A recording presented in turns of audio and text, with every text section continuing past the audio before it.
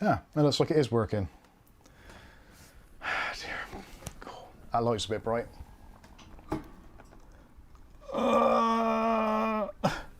Typical start to the stream, completely unprepared as per usual, even though I've been preparing for ages. Hopefully you can hear me and the visuals aren't too bad. Is there an echo? Oh, OBS is playing up tonight. Let's see, is there an echo? Is there an echo? Yeah. No echo. I don't hear echo. No echo from me. I can't hear no echo.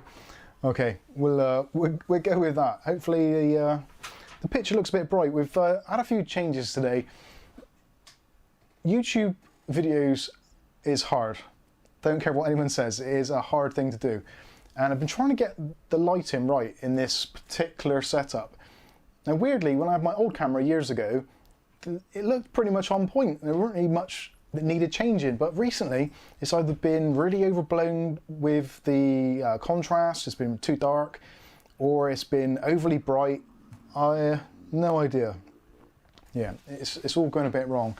Also, if there's a little bit of a whistling noise or a high-pitched hum, unfortunately it's the PC behind me. I've put in a new water cooler in the top there, the XPG one, we reviewed it ages ago, and for some reason there's just a weird pitch coming from the pump, and I've tried to reduce the RPMs of the pump, but I can just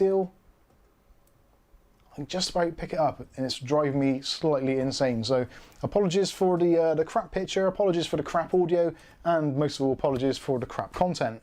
But speaking of content, what are we doing tonight? We are doing the budget build, which I've been putting off for ages because, to be honest with you, my heart's not in it. It's not really the sort of build which is like, yes, can't wait to do this. It's more a case of, right, I've got to do this.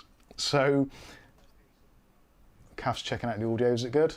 Yeah. We good? It's just Paul Bakewell. It's just Paul Bakewell. You've probably got two windows open. Have you got your Discord open? If you've got Discord open and you clicked on the play button in there, you will often get a delay. Possibly. Anyway. Hey ho. So good evening to those of you that joined us for the chat. So we've got Welsh Tony, we've got Dave Burns, Amazing Samed, or Smeed, I'm not sure how you pronounce that actually. Straylock, Craig Lilly, Ugly Bob, Kath's with us as well, Let's Go Gaming, Harry McFarlane, Nigel Thomas, etc, etc. So hello to everyone, Outlaw Fett as well, I did just see then, Lee Smith. Awesome stuff, awesome stuff. I think that light is too bright. I'm gonna have to readjust this. Apologies, talk amongst yourself. It's that one, I'm sure it's too bright. I might need it later for the, oh crap, knocked over my drink. Let's get rid of that. So that's hopefully that's a bit better. Right, without further ado, let's get on with this. So introducing the parts, obviously, yeah, parts are very difficult to come by at the moment, extremely difficult. So I'm putting together a PC just to clear what I've got and hopefully to get somebody on the gaming ladder. These aren't cutting edge parts by any stretch of the imagination, but certainly get the job done, and when things improve, fingers crossed they do, it's going to be really easy just to pop out the graphics card, stick in something a little bit better like a 2060 or 1660, anything around those regions, and it'll be a much better PC overall.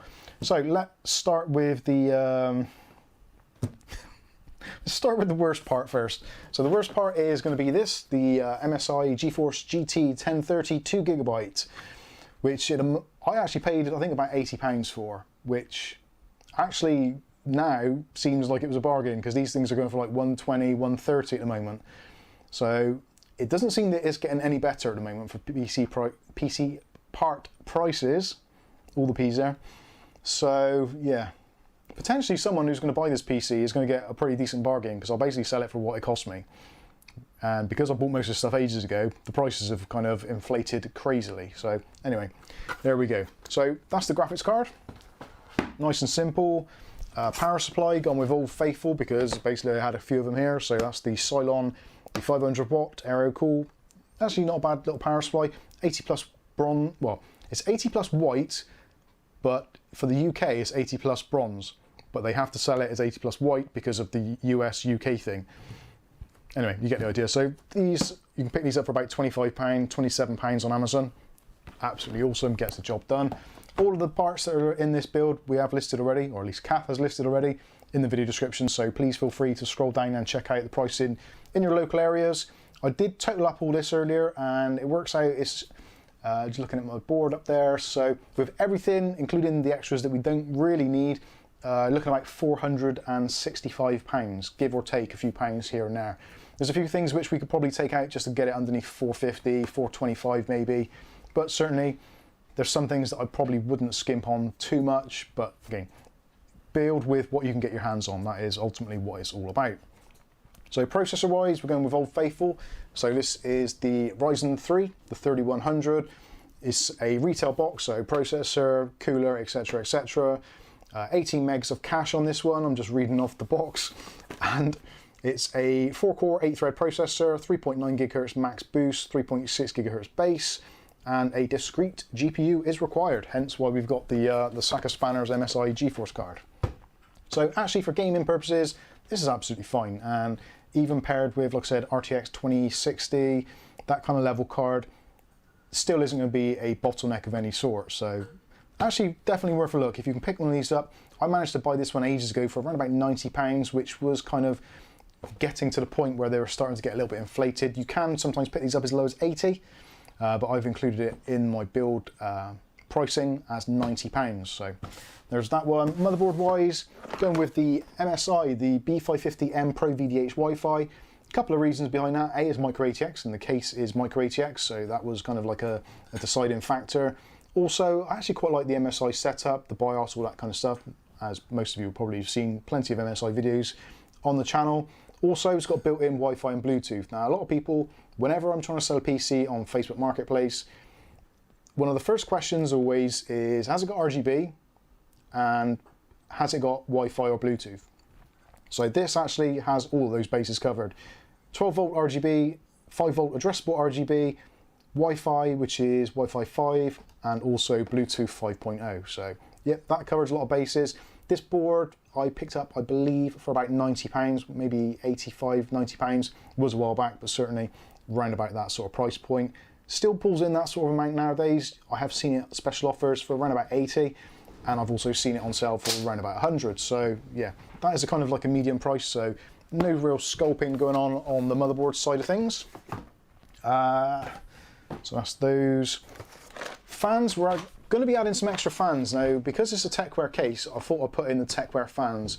So these are the Orbis F3s, which we've already done a review of, so obviously you can check that out if you wanted to. These have got a kind of like a pass-through, so you can connect it to your motherboard, so if you want to control it from the motherboard you can do, or there is a remote control. So if you don't want to use this particular motherboard, you want to use something a bit cheaper, which doesn't have addressable RGB, then you can definitely do that as well. Potentially at some point, if I do find a bargain for a B550 board, I may swap it out, but for the sake of kind of £20 to swap out a board, it's not really worth it, and also then I'd have to add Wi-Fi and possibly Bluetooth, which is going to cost me maybe 10, 15, £20 anyway. So again, that is another reason why I went for the board I did. Storage, we're going with something pretty standard these days, M.2 drive. This is a SATA based M.2. Maximum speed is around about 500 megabytes per second, read and write, so yeah, absolutely fine. Works on SATA 3 or 6 gigabit per second transfers. Supports trim, eco power, low noise, obviously, because it's a, well, M.2, there's no fans or anything or mechanical parts.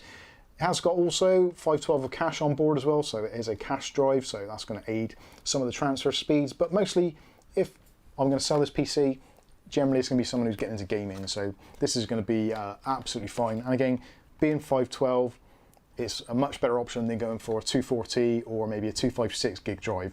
Those do tend to fill up pretty darn quick, especially if you've got things like system restore enabled, or maybe you've got just a particularly big game.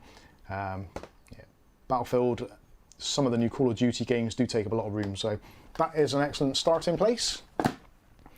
RAM wise, we've gone with Old Faithful because I don't want the PC coming back to me with problems, so we've gone with the V-Color. This is the SCC kit. You've all seen this before. It's the Prism Pro with the extra RGB non-DRAM lights. So basically, yeah, it's a bit of a light show, which, as most of us know, and if you've sold PCs online before, ultimately, if you're selling a PC, if it's got an absolute ton of RGB in it, it's more likely to sell. That's just the way it is. Regardless of how powerful or how well spec'd or how well built the PC is, if it's got flashy lights, it draws in the magpies, which is hopefully what we'll be hoping to do. Hopefully what we hope to do. Price-wise, I didn't mention it, the Intendo drive is about £35 for a 512, which I think is great. Speaking of which, in a moment on Hot UK Deals, there is actually a Crucial drive available for around about the same price, but actually NVMe. It is a cashless drive, so you do have to take that into consideration, but around about £37 at the moment. Definitely worth checking out. If you want to find a link to that, it's on our Discord, which you're more than welcome to join. It's in the bargains no chat section. So yeah, that drive is about £35. The RAM, this fluctuates depending when and where you get it. I actually bought this from the Amazon US site and got it sent over because it was actually cheaper that way. And I paid, where is it? RAM, £85 I think it was, about £80, so about right for what you'd expect to pay for DDR4 3600, which is the sweet spot for a Ryzen processor and the B550 chipset, so we're all good there. Cooling wise, this is kind of like an option. I don't know whether I'm going to use this or not. I was tempted to put the Snowman in or something like that. I'm not too sure what the clearance is going to be on the Tecware case in terms of cooler height, so I might need to look that up. But if all else fails, I can either use the OEM cooler, which probably will save a little bit, or stick in the freezer A13X. Possibly I might put in the Snowman. We'll see how that goes. Possibly also as well, you've got the Vitro V5, which is about £27–28 at the moment, which is a fantastic cooler. Probably a little bit overkill for this, to be completely honest with you, but trying to tie in all that RGB from the fans, the motherboard, and also a cooler, that would work particularly well. So that's the parts introduced. Let's take a look at the case. I'm going to try and clear some room here. Hopefully you guys are all having a fantastic Tuesday evening. I had to think what day it was then. Over here in the West Country of the United Kingdom, it is currently actually very, very sunny outside, which is always a nice thing to see.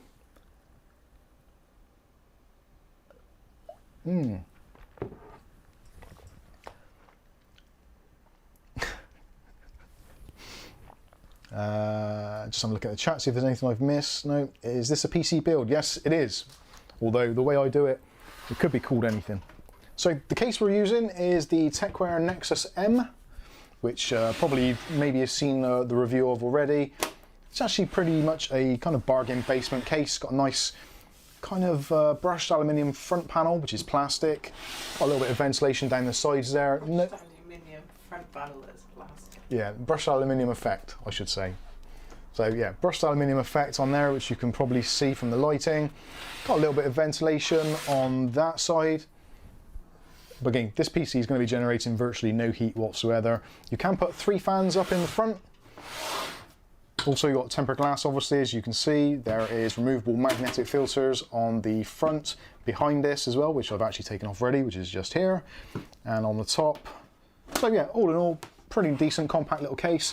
On the front, on the I/O, we've got a reasonable selection there. So you've got 2 USB 3.0s. There is a reset and a power switch. And I think there's a lighting switch, if I remember rightly. No, I lied. Separate audio and mic jack. You can't see Kath, can you? Don't. No, you can't see. You are horrible. You can't see anything. She no there. Kath does not exist. She is a figment of your imagination. Kath was going to ask a question. Are you going to set up your settings? Are you going to set up your settings in BIOS like overclocking and silent fan curves, etc.? We'll see how it goes. Possibly. It's because of our setup here, which is still so rookie considering we've been doing this for 4 years. It's difficult for me to do, so I'll see what I can do and actually get the PC. I've got a monitor there waiting, so I can plug it in. We'll maybe do the Windows setup and possibly the fan curve settings. I think the fan curve settings is probably for most people going to be one of the primary concerns. Although, having said that, the Tecware fan hub actually kind of takes care of all that, so you don't really need it. And I don't think, from memory, there is a pass-through on it. I'll have to double check that. Actually, I'll double check that now, because then we can potentially rule that out altogether.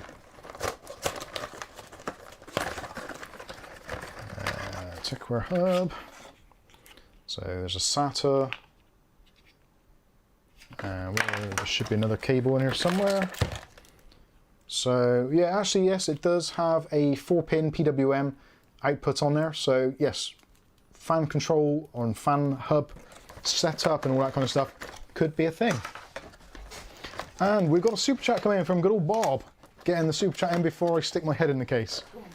Go on, Bob. Stick it to him. Not that dark today. So anyway, we can do that. Yes, even turning the lights off is not that dark. The sun is absolutely pouring in. Our window in basically what is our living room, there is a blackout curtain there, but the sun is coming through so strong it's actually kind of bleaching through the sides. So yes.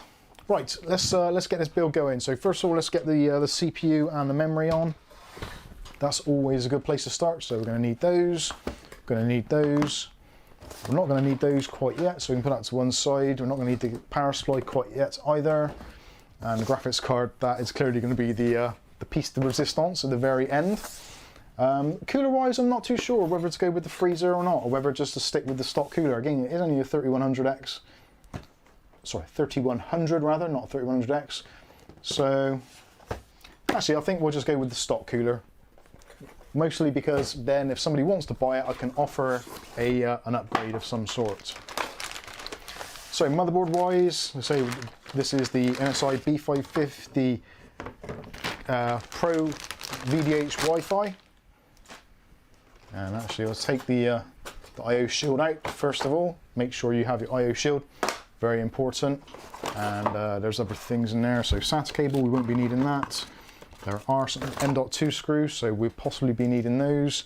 And our Wi-Fi antenna or ear antenna.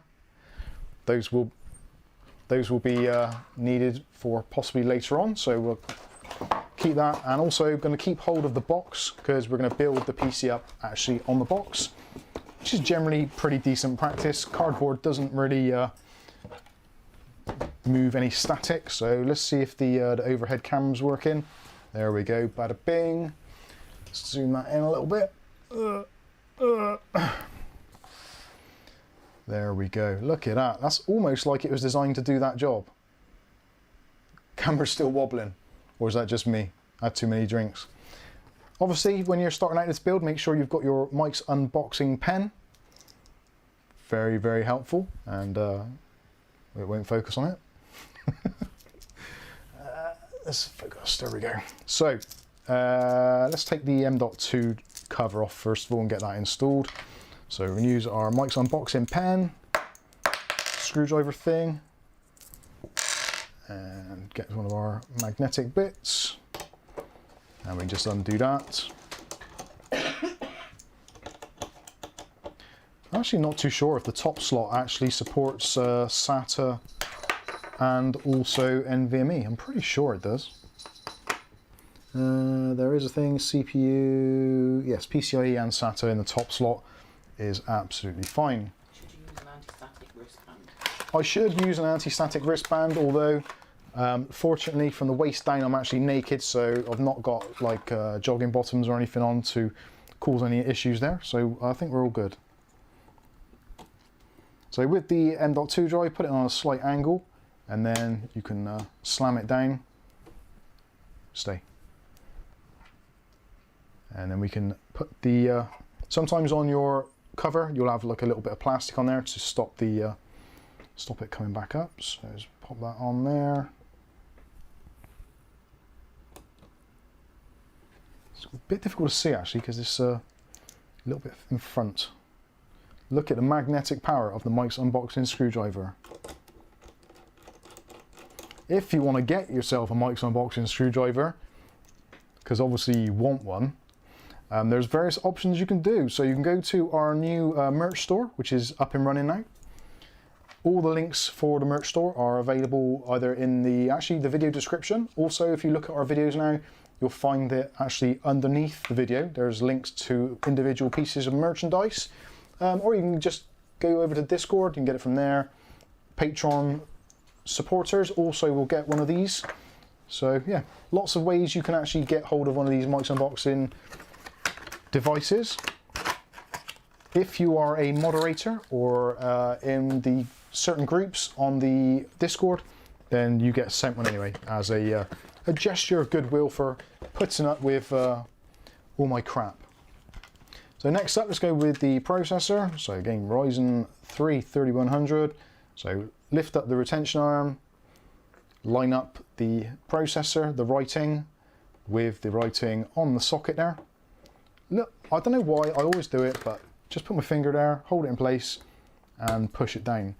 That is often a good way of doing it, because if there is anything wrong with the pins or it's not quite lined up, when you put the arm down, you'll feel the processor pop up a little bit in the middle.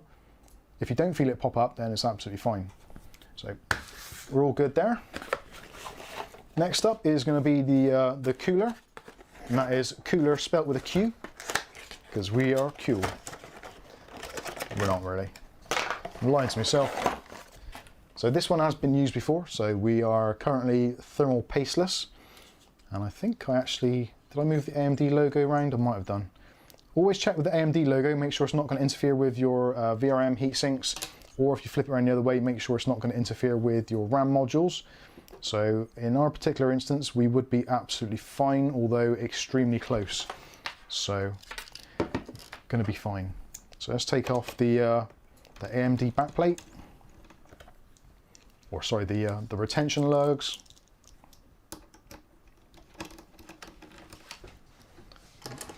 Don't forget, when you take these off and you remove the little plastic bit, always make sure you put it somewhere safe just in case you need to RMA the board, like I did unfortunately with my B550 Unify.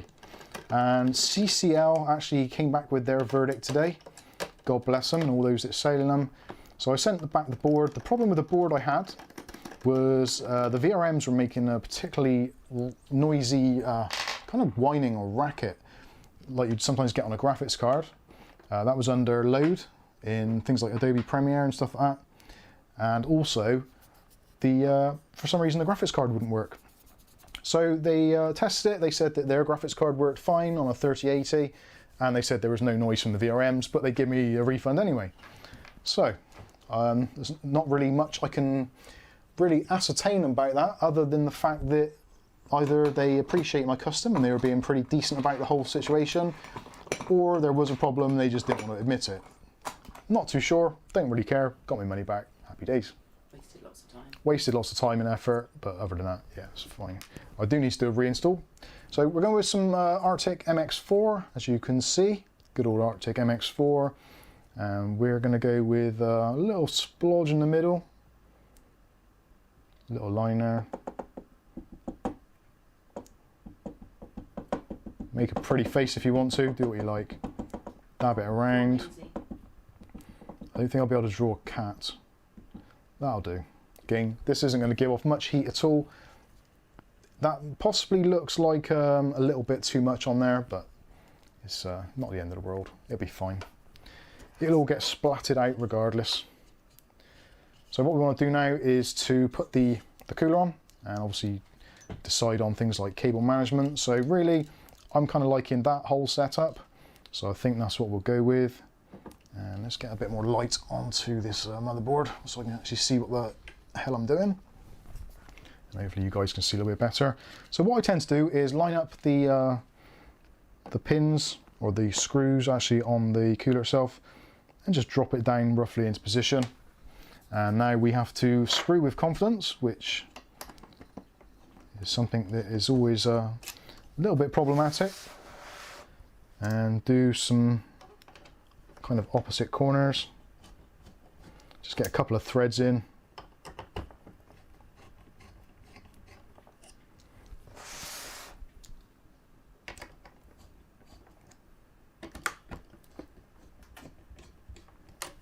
It's looking pretty decent. Not in there, mate. Come there.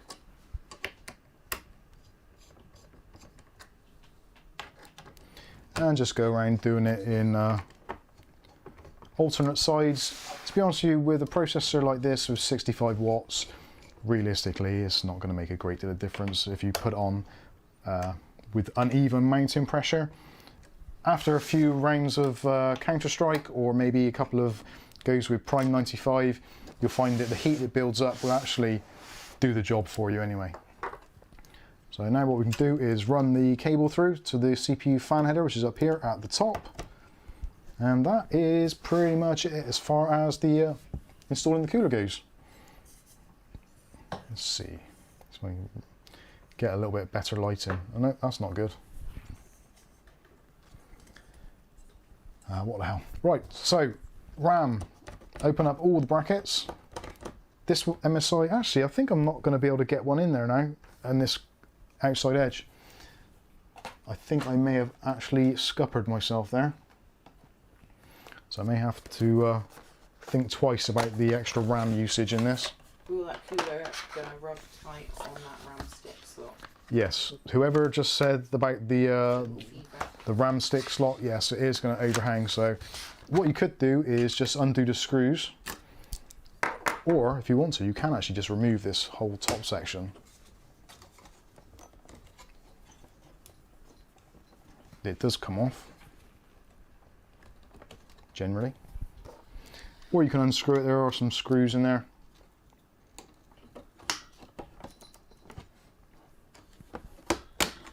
So we could take it off, and then that would just about fit, I think.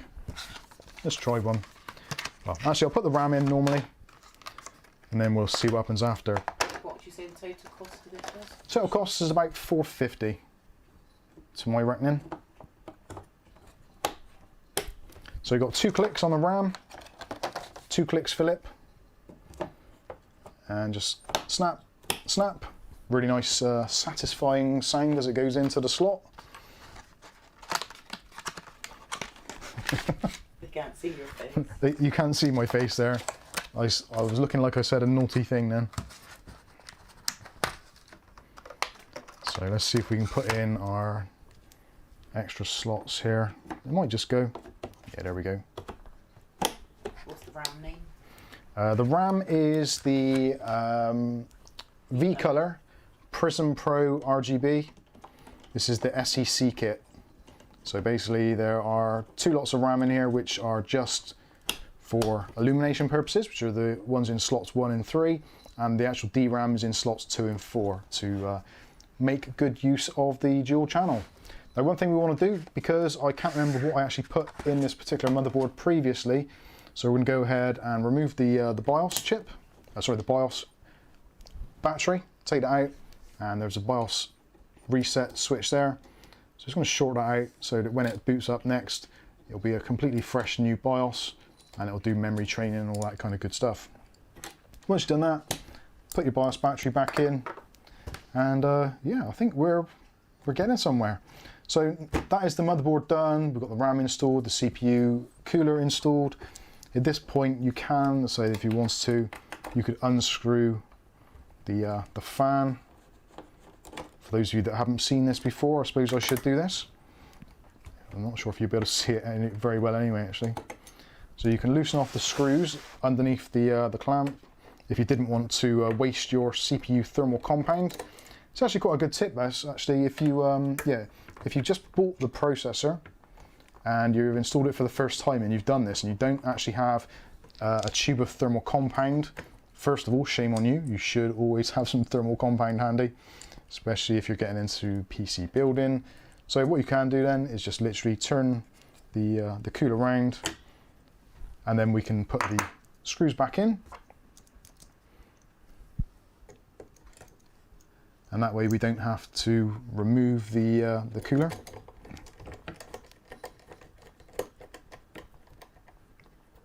$260 for a 1030, the age we live in. Yeah, the price for graphics cards is definitely getting worse. I'm sorry to say. Who is Sugan?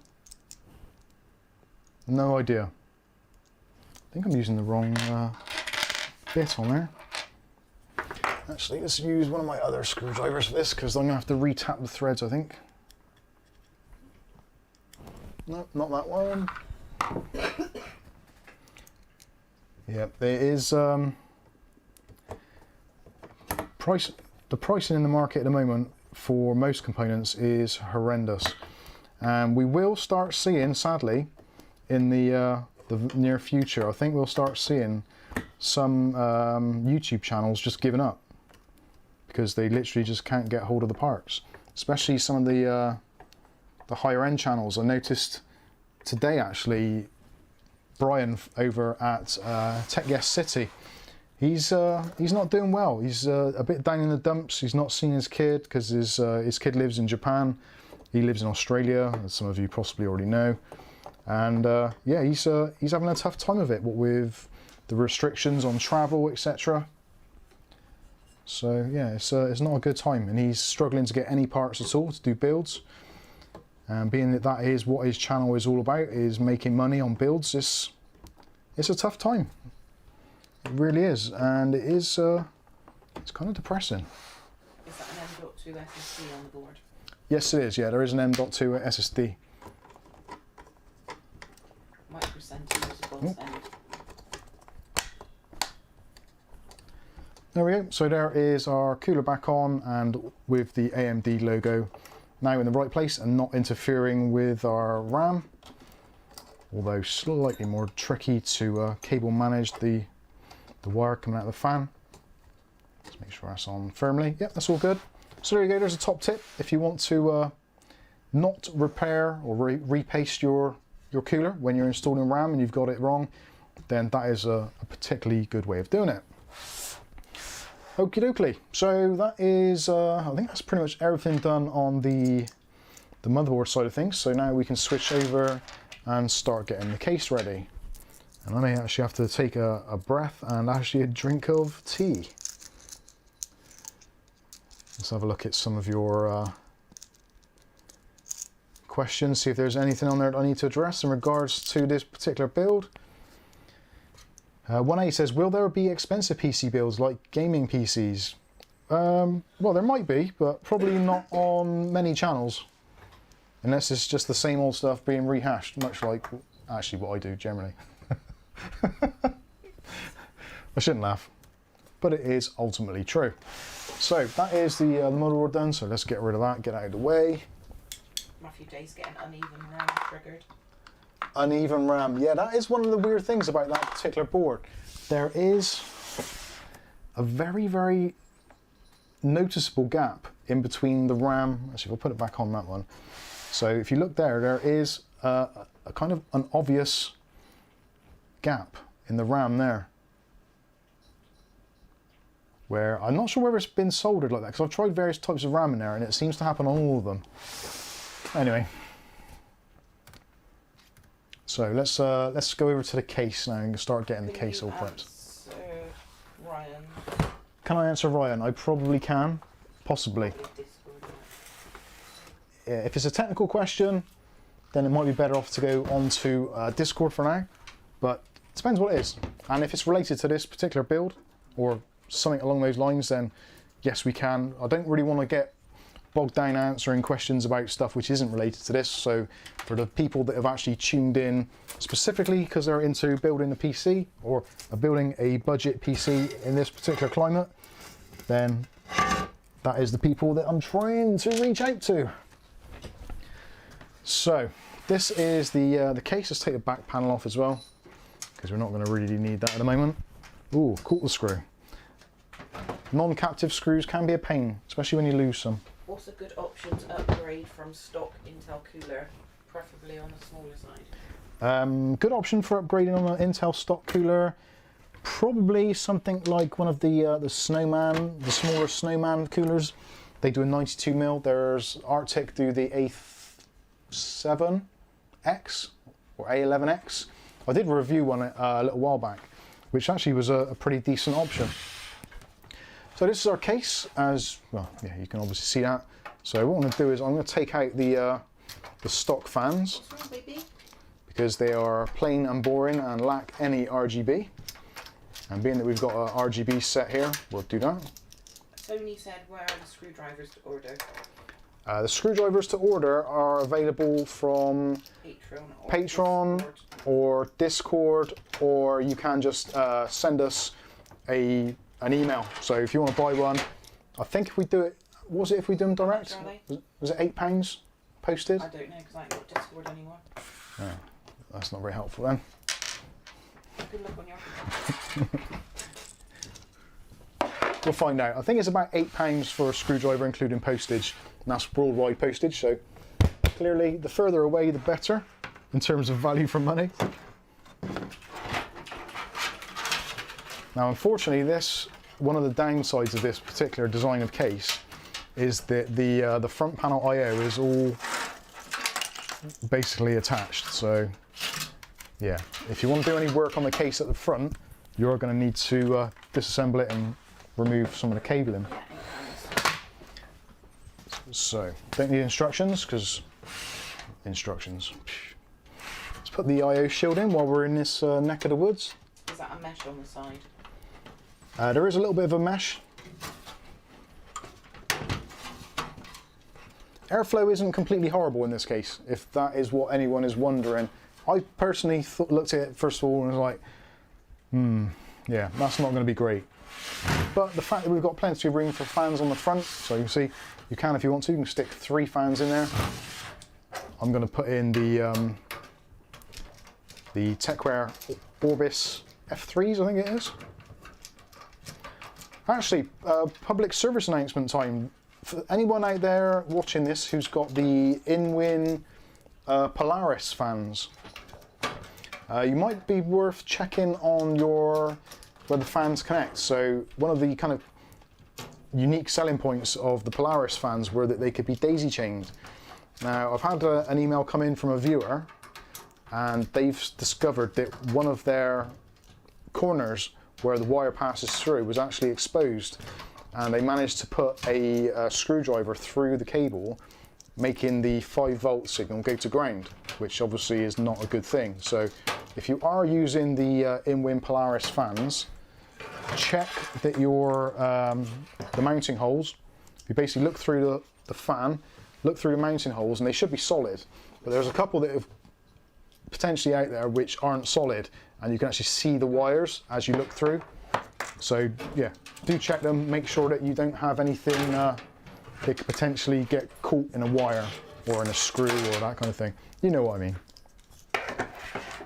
Anyway, so that is the fans taken out. I might put 1 or 2 back in the top actually for ventilation after, but to be honest with you, I don't think it really needs them. I might just give them away to whoever buys it and give them the option, so if they want to take out the RGB, they're more than welcome to. So let's get the fans reinstalled wherever the heck I put them. There we go.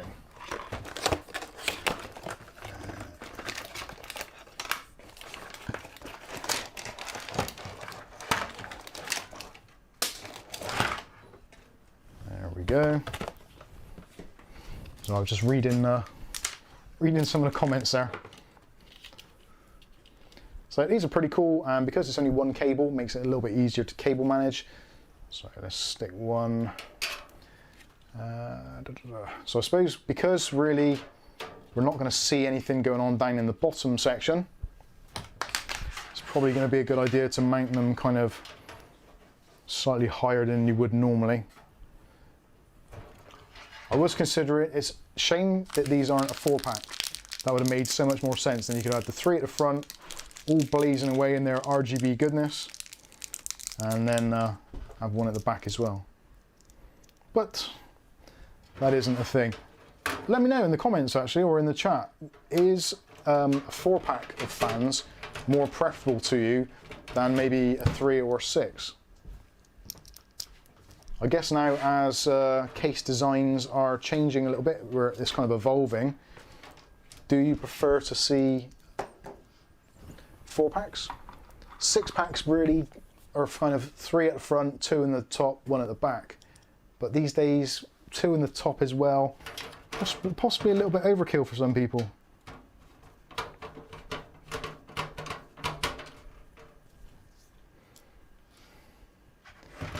Bob says, yeah, because if you use 3, you can always have 1 as a spare. Good point. It does make a lot of sense actually.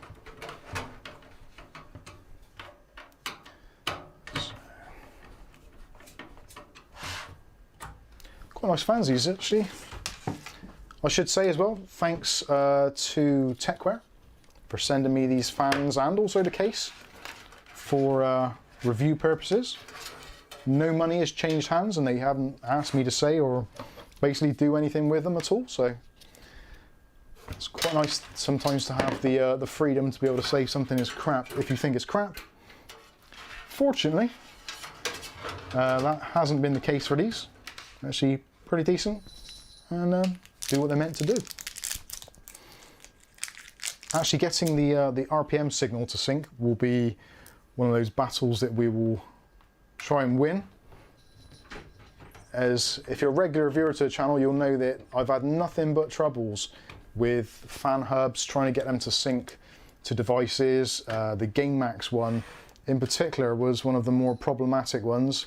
And it didn't seem to matter really what motherboard it was on. It was just a general disliking for synchronizing properly. Properly? Yeah, that's the right word. Maisie, what do you want? I think Maisie the cat wants to go out. Do you want to go out? Go on then. Lunatic. I think the cats are actually slightly crazier than Kath. That's saying something.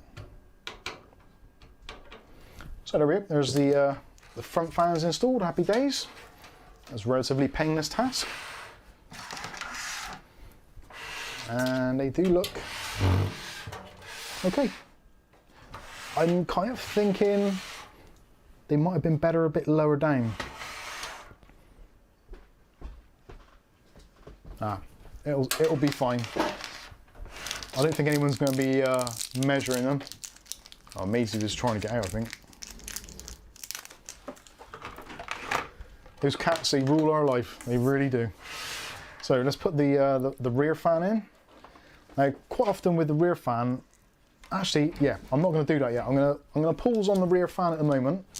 Reason behind that being is quite often when you put the motherboard in, because the VRM heatsink actually is in the way, kind of, then it makes it awkward to actually put the wires in. So I think we're going to put the motherboard in next. Motherboard. I'm sure I have one of those somewhere. Oh yeah, over there. Now, I suppose I should actually put some extra feet in here. So just flip that around, and not feet, the motherboard standoff. So we've got 1, 2, 3, 4, 5, 6. So we're going to need another 1, 2, 3 down there. I would imagine, where is it? Oh yeah, there it is. There is a bag with goodies. And I'd imagine there's probably going to be an extra 2 standoffs. I don't know why, but a lot of companies are doing that recently, just giving you an extra 2 standoffs rather than 3, especially from micro ATX builds. So yeah, we've got two more brass standoffs. I suppose really I could, if I wanted to, get another standoff from out of my my kit bag. Tony is off. I'm a bit delayed. Thanks, Tony. You might have gone ages going for that. Dave Byrne says, Mike's unboxing reviews on how to. Your fans are upside down. They're staying. Actually, no, they're not. They got the logos on the back. Oh, yeah.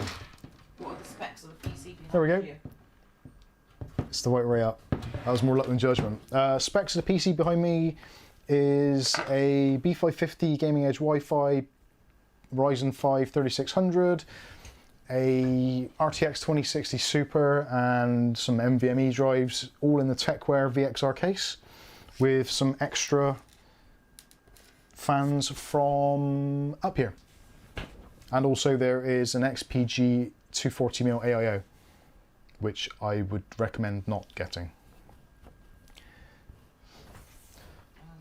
Now, I didn't do what I normally do, which is to see what type of thread is actually needed for these standoffs.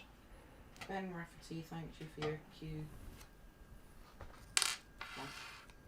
Oh, thank you. Thanks for watching. Appreciate it. I'm getting so behind, sorry. Yeah, if the comments aren't getting through, blame Kath. I went to the loo, sorry. She went to the toilet. She's getting old. Bladder doesn't hold as well as it used to. Shut up. Mr. Knight's bladder. Yeah. 1, 2, 3, 4, 5, 6, 7, and 8. So we've got 8 of the little tiny screws for holding the board in. We've already got our back plate in, so we can actually go ahead and stick the board in. Actually, looking at the motherboard, there isn't actually an extra hole in the bottom here for mounting, so that's absolutely fine.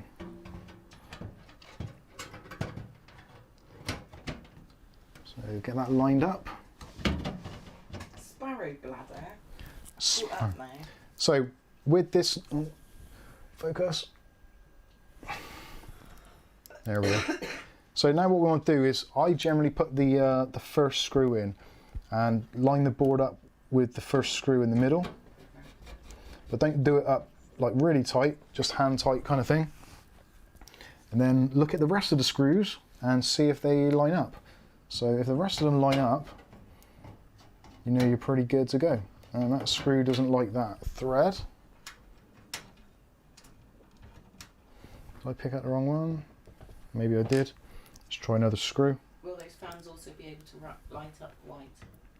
Yes, they will. Oh, what is up with that?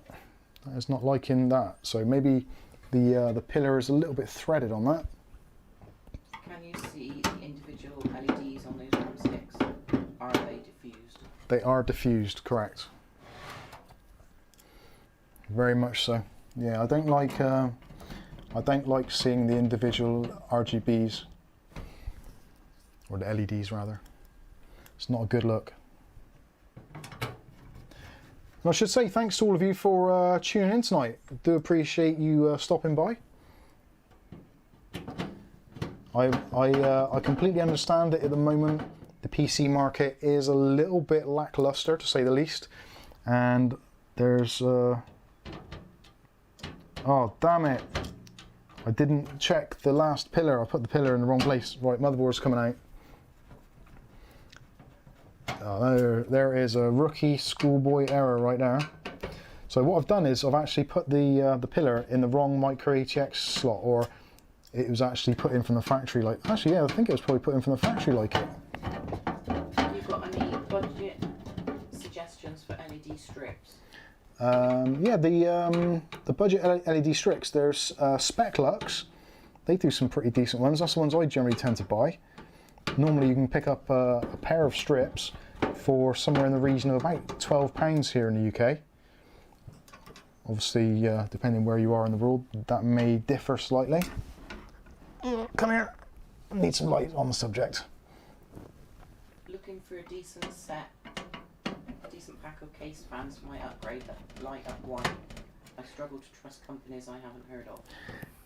Yeah, white illumination is actually quite a difficult thing to do, and you generally find that most companies, their whites will be slightly off whites. Yeah, there's some that go kind of a yellowy blue. Actually, when we fire this up, if even the V color RAM that I've got here, in the normal DRAM sticks, the yellow looks absolutely fine, but in the actual non-DRAM sticks, the white is a very kind of off-white. So there, what we've done there, for those of you that are not sure, so the pillar, mounting pillar, which is was here, I've moved down one because they left it in that position, not that position. My fault entirely. Should have been paying considerably more attention. There's the beauty of live streams. There's nice clearance at the top of that case for the CPU. Yeah, that is one of the kind of good selling points of this case. There is quite a lot of room to manoeuvre. Now, I certainly wouldn't recommend putting in an AIO. I think that would be very problematic. There's not enough clearance for that. And it does seem to be a reoccurring theme now that even though 240mm AIOs are becoming more and more popular and more mainstream, less and less cases are actually giving enough room for it. Currently, I've got the P400A from Fantex as my daily driver, and I hate it. I genuinely hate it. There's just no room for extra stuff in there, which is really disappointing. There we go. So that pillar was needed cutting the thread a little bit more. Someone's recommended the up here fans. Yeah, the up here fans are pretty decent. But they said, you know, if they come with a controller, because what they can tell you have to buy it separate. Yeah, the up here fans come with a kind of like a pass-through. So you can use your reset power button, or whatever kind of switch you choose, to actually change the lighting through the kind of random settings, or it can be used as a pass-through as well. So there we go, we're looking pretty decent. There's some nice cutouts at the bottom here for running our cables through. The fans, I think, are going to be in a good position to pour a load of cool air over the graphics card, and also the CPU fan, and also the RAM as well. Keep that nice and cool, and we should have a direct airflow path coming out through the rear, so to speak. So let's, next thing to do, I think, while we're in this position, is probably a good idea to put the rear fan in. That's going to be quite an easy one to do. So we can just put the cable kind of in that area. Not a great deal of clearance on the back of this case, which is, I wouldn't say it's a shame, but it's makes things slightly more awkward than it would need to be. But then it's a moderately inexpensive case, so if you're not paying a lot of money, then really you shouldn't expect too much. Jack asked, will this stream be archived? The stream will be, well, not, I don't know about archived, but it will be available. So if you want to flip through it at 2 times speed at a later date, then you can do. Pretty much all of our content does get saved. We don't delete any. It's not like it's just a stream and then we delete it. So we let people get involved, watch the content, leave some comments, leave some opinions, all that kind of stuff. It's always good to know what you lot think. Ahmed says, I just want to say your videos are really helpful. Keep up the great work. Thank you. Thank you for the comment there, Al. And Dave Burns says, do those fans come with a hub? Yes, they do. Yeah, the hub is this one here. So you can connect up to, I think it's 10 fans. Yeah, 1, 2, 3, 4, 5, 6, 7, 8, 9, 10. So you get up to 10 fans in there, although it is using their proprietary connector, which is a little bit of a pain in the backside, but what the hell. Mick is watching this before he does their first build this coming weekend. Awesome. It's always nice to do a build. I do genuinely quite enjoy building PCs. Sometimes, when it goes well.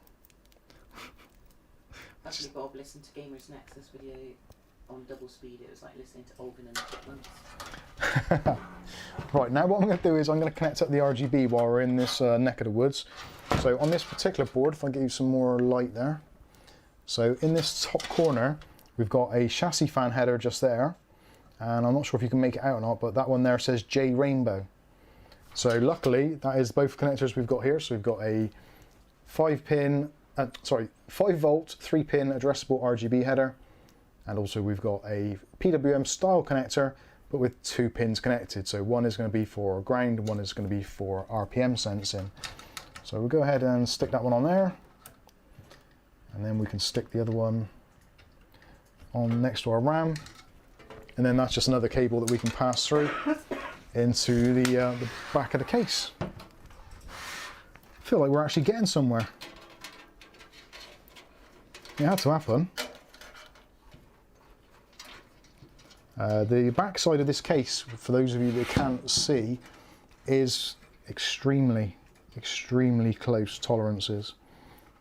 So pretty much everything we're going to be doing, we're going to be kind of with the mindset of there not being a great deal of room. So yeah, I think that is that's pretty much everything we can do there. Everything's connected, there's no loose bits. Yeah, not bad. Okay, so you can see now from the rear view, so again, yeah, it is pretty tight there. So we've got our fans.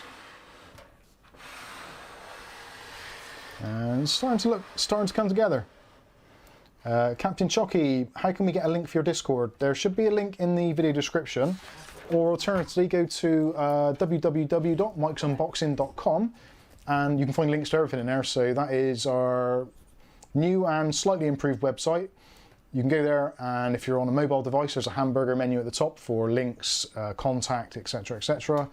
Also as well, if you want to help out the channel, which obviously, of course you do, you can go to the micsunboxing.com website, and it's got shopping links for basically everything that we do.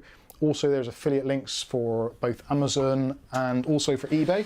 So if you're buying stuff on eBay and you're thinking, how can I help out Mike and Kath, apart from pulling their internet plug, you can go over there and you can basically click on the links, which will take you into eBay UK, eBay America, wherever it is, or same for Amazon, and then just do your shopping as you would normally. And then we get a small kickback, and it doesn't cost you anything. And actually, it's probably an easy interface to do.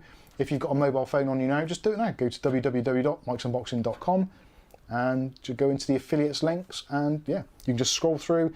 It's got a flag for your individual country. Click on that, and it will take you to either Amazon or eBay in your country. Super, super simple. And I actually did it myself, which is quite miraculous because I'm not very good with technology, as you probably guess. So I think now, because it's things are filling up in here, let's think about getting the front panel back on, which is never easy. So working out where the wires are going to go in this chassis is not plain sailing. I'm kind of tempted actually just to stick the actual cables down actually on the plastic itself, just with some gaffer tape or something, because they're not going to touch the fans, I don't think. And actually then I can just route them at the bottom, which might make a lot of sense. Yes, I'm going to do that, he says triumphantly. Although, where's the gaffer? Oh, I haven't got any black gaffer tape. I've got black electrical tape. I would hope so. Yes, I have. I'm going to try that and see how that works out. It may not hold particularly well. And it may be a completely stupid idea. But that is what PC building is all about.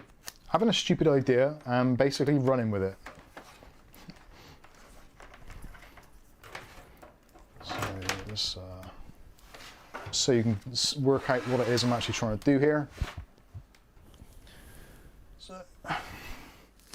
So what I'm going to do is I'm going to run these cables down there,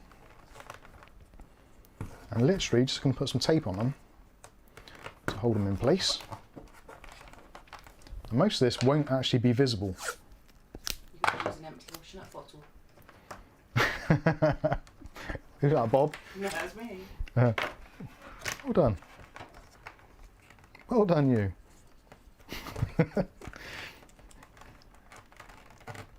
So this is a slightly unorthodox method of doing this, clearly. And I've probably just cheapened the whole design. That bit there is a little bit concerning because they've got the fan at the top there. So I'm going to use the other cable as a kind of a pressure mount there to hold that cable in place.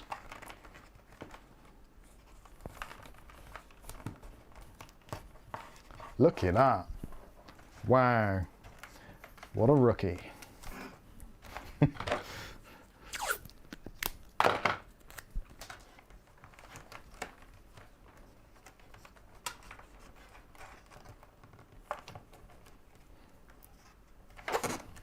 Look, I don't think I've seen this much dodgy wiring since we moved in. No offense to the guy who used to live in this house, but he was into amateur electronics, I believe. Yeah. Less said about that, the better. So now we can run that through and out the back, rather than taking it through any of the extra hidey holes.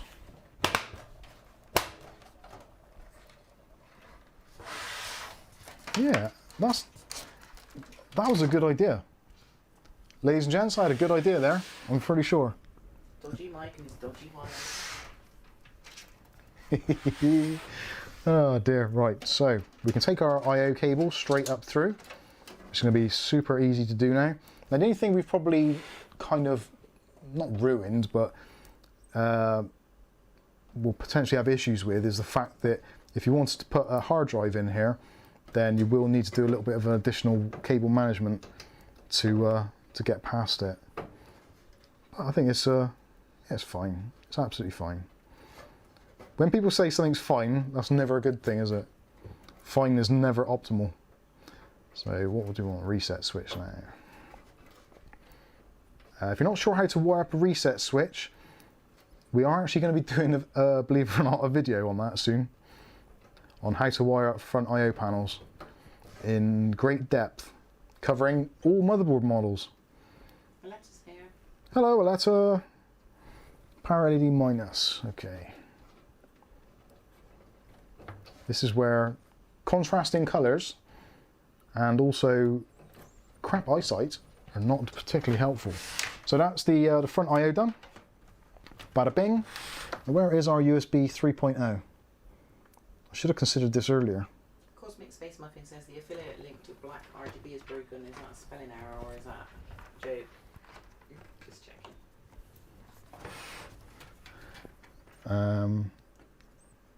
I don't know. Is that I don't know what's going on. Help me. Black RGB. Oh yeah, of course. Yeah, I just got that. Black RGB. Of course, doesn't exist because it's black. I was just wondering if maybe it was a spelling error. It wasn't a spelling error. It's just facetiousness on the behalf of the Cosmic Monkey. Now Does the 3100 hold up in 2021? It's still a decent little CPU.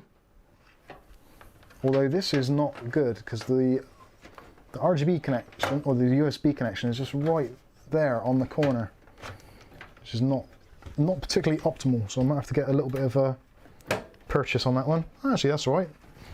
That's actually not too obstructive either. Oh, broken the chair. Jamie G opened his PC, bought on. Look at that. Babe. Hello. Jamie G.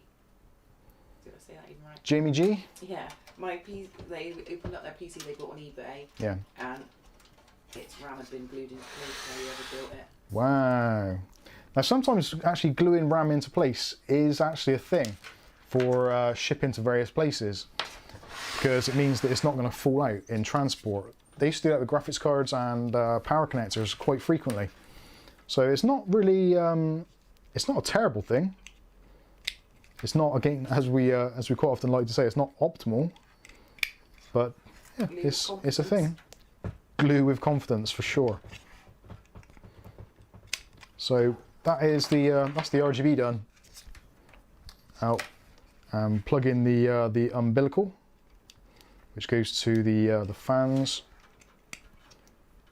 There we go. So essentially that is it for the RGB controller. So we can kind of just stuff that in there. La la la, it doesn't exist, it's not there. Nice. But I'm not going to do that quite yet because we have got to put the power supply in. And that is when things can start taking a little bit of a turn for the worse. Because you do have to consider your cable management whilst doing that. And it might be a little bit close tolerances. So let's get the power supply and see how that goes. Would an i5 2400 bottleneck a GTX 760? No, probably not. The i5 2400 versus 760 probably is a reasonable shout actually. They're kind of from a very similar era, as they say. So here are the Cylon 500 watt. You can smell those burnt capacitors straight away. I'm joking, you can't. With this case, you can actually mount your power supply up or down. Doesn't make a great deal of difference either way. I'm going to mount it facing down. Actually, no I'm not. I'm going to take the screws out of the back of it first because that is another rookie error. And it's even more of a rookie error because I was the idiot who actually put the screws in the back of the power supply to begin with. So anyway, how's everybody's Tuesday evening? Hopefully it's doing well. And for some of you, I'm not sure where you are, what countries you're in. Let us know actually, what countries are you in? Let's have a show of hands for the various countries. I'm going to put money that predominantly we're going to be looking at USA and the UK, but it's always nice to see where you guys are actually viewing from, where you've come in from. Hopefully we've got some Canadians in as well. Lux is from England. Lux is in England, okay, cool. Stephen's from Netherlands. Ben Rafferty is in the Scottish Highlands. Nice. Greece. Otis is UK. We've got some Greece as well.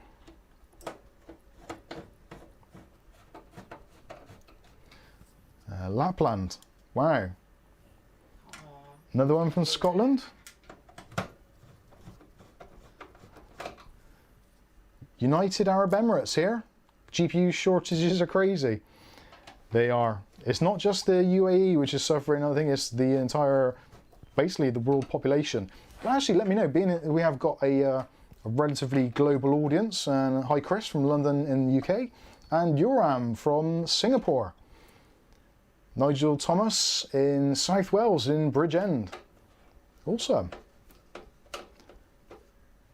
Ugly Bob says UK, well, Newcastle.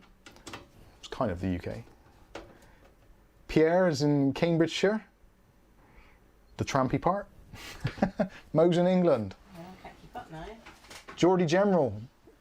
I'm originally from Newcastle. Okay. Yeah, it doesn't matter where you are at the moment, you cannot get a GPU.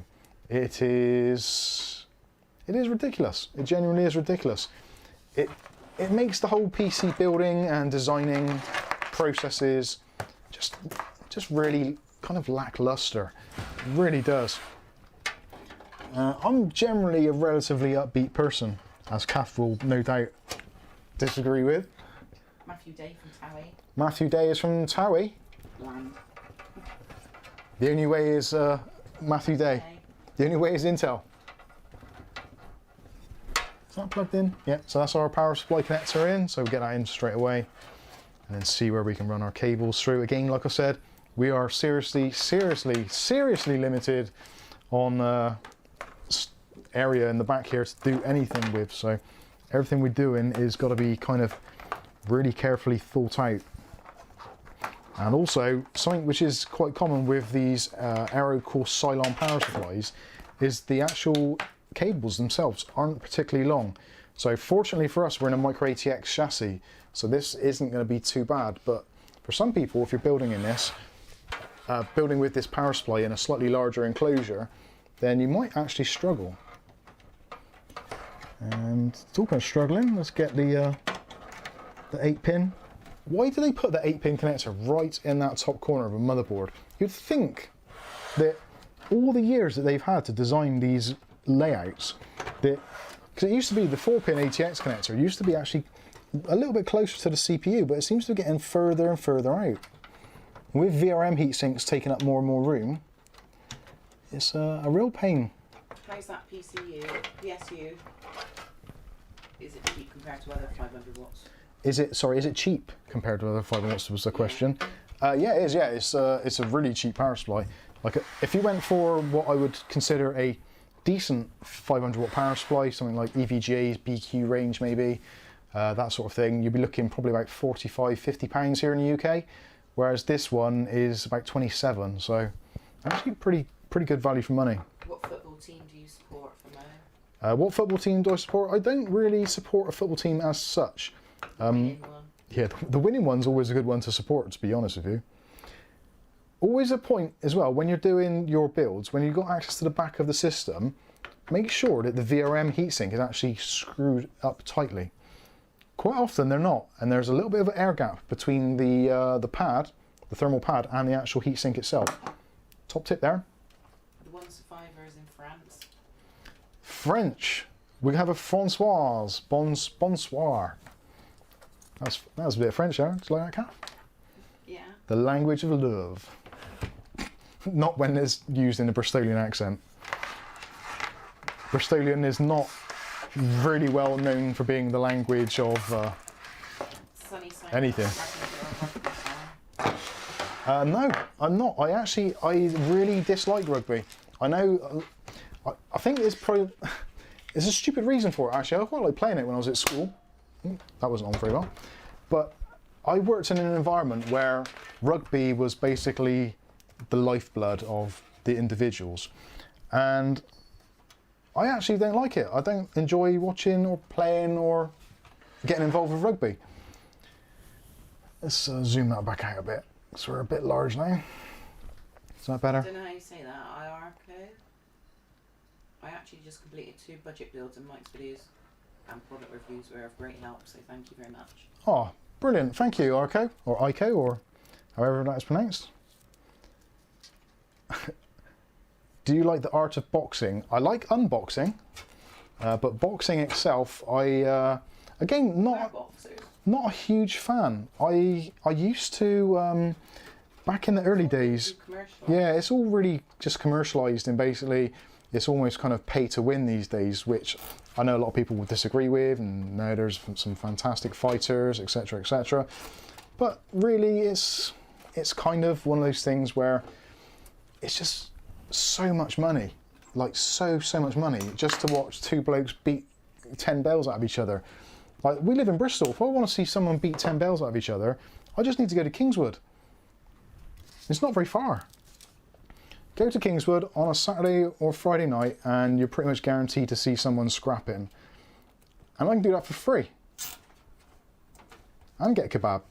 Blake saw your mouse video earlier. I'm guessing flags isn't your strong point.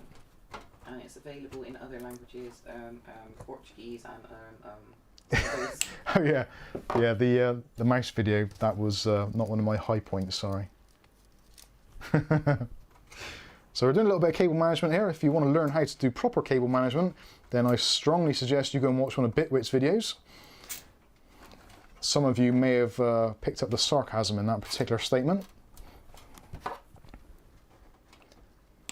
So now, because we've got this really tight back panel here, cable tying that down is going to really be useful for when we actually get things in their final position. So we probably could put another cable tie there to hold that in place, and maybe another one just there, although we are starting to pull that a little bit on the tight side, so I don't know, maybe we should. Yeah, I'm going to put one in there. Yeah, my video Fun with Flags is available on our OnlyFans site. Do you know what? When I did that video after, I did feel very stupid, and that it's quite a normal experience for me to feel stupid, but it did made me think, oh wow, I really just didn't have the mental acuity to recognise those individual flags or those countries, which is pretty poor, really. What are the specs of your personal rig? The specs of my personal rig are relatively kind of modest. It's a Ryzen 9 3900 with a 5700 XT and 32 gigs of RAM, basically because it's for video editing, so it does need to have a little bit of extra RAM involved.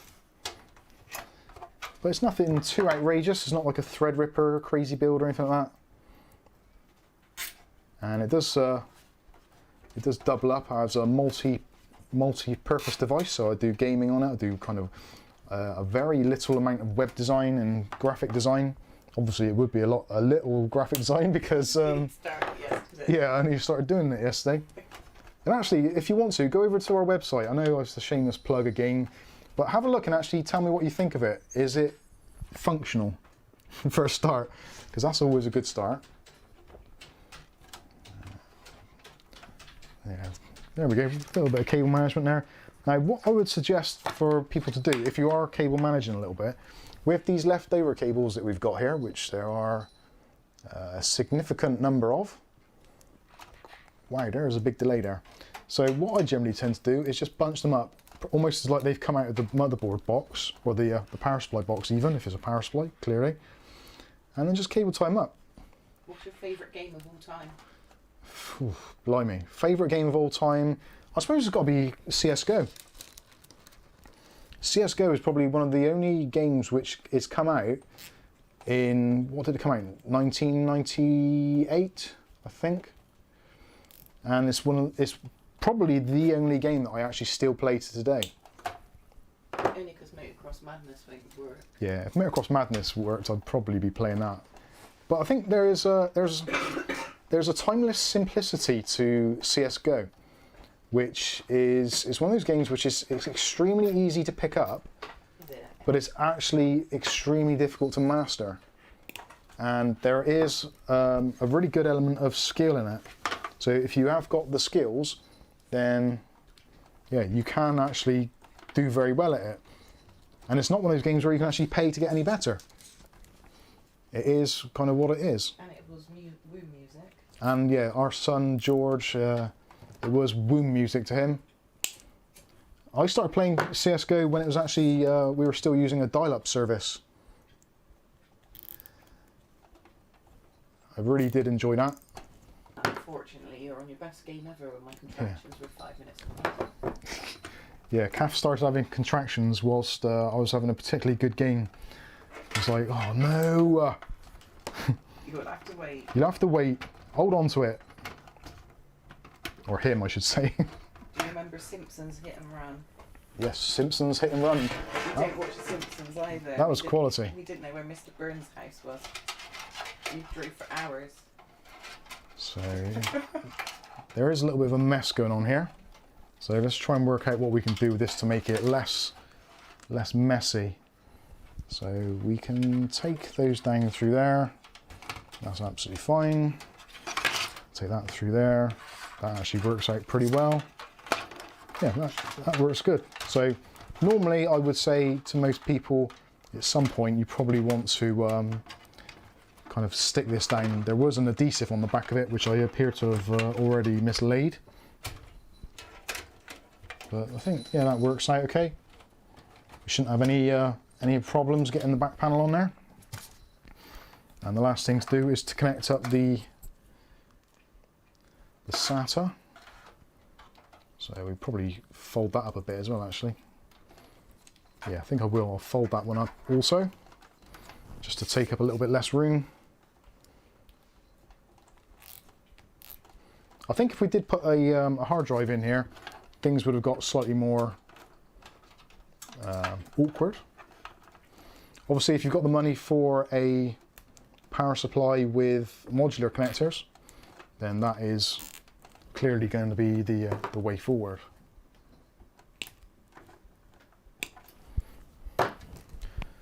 So where did that go? There's our SATA connection for the controller. So just plug that into there and basically tuck that down. So I will actually come back to this at a later date and do a little bit better cable management. But obviously we haven't fired it up or done anything to it yet. So Shouldn't put the side on too far out. Let her tell you off. oh, that's actually gone in all right. So the back panel is on. I want to do that just so that I'm screwing with confidence.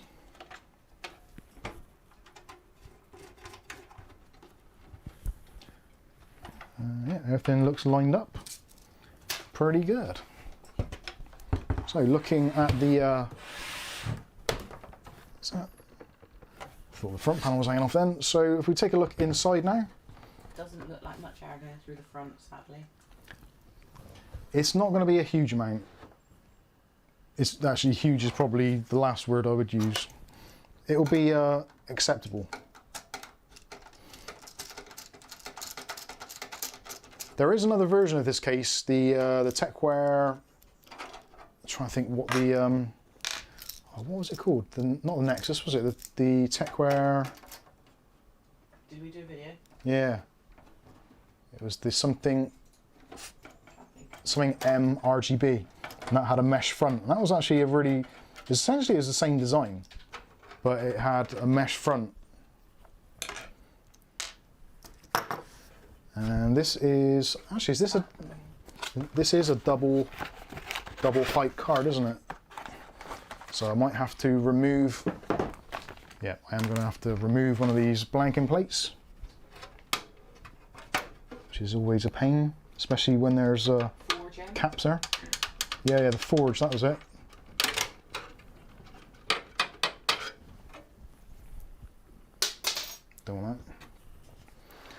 So graphics card, where are you, graphics card?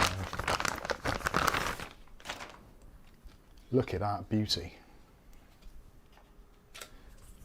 Hallelujah. A graphics card. Take off the blanking plates on the back, because otherwise sometimes the card won't actually physically fit.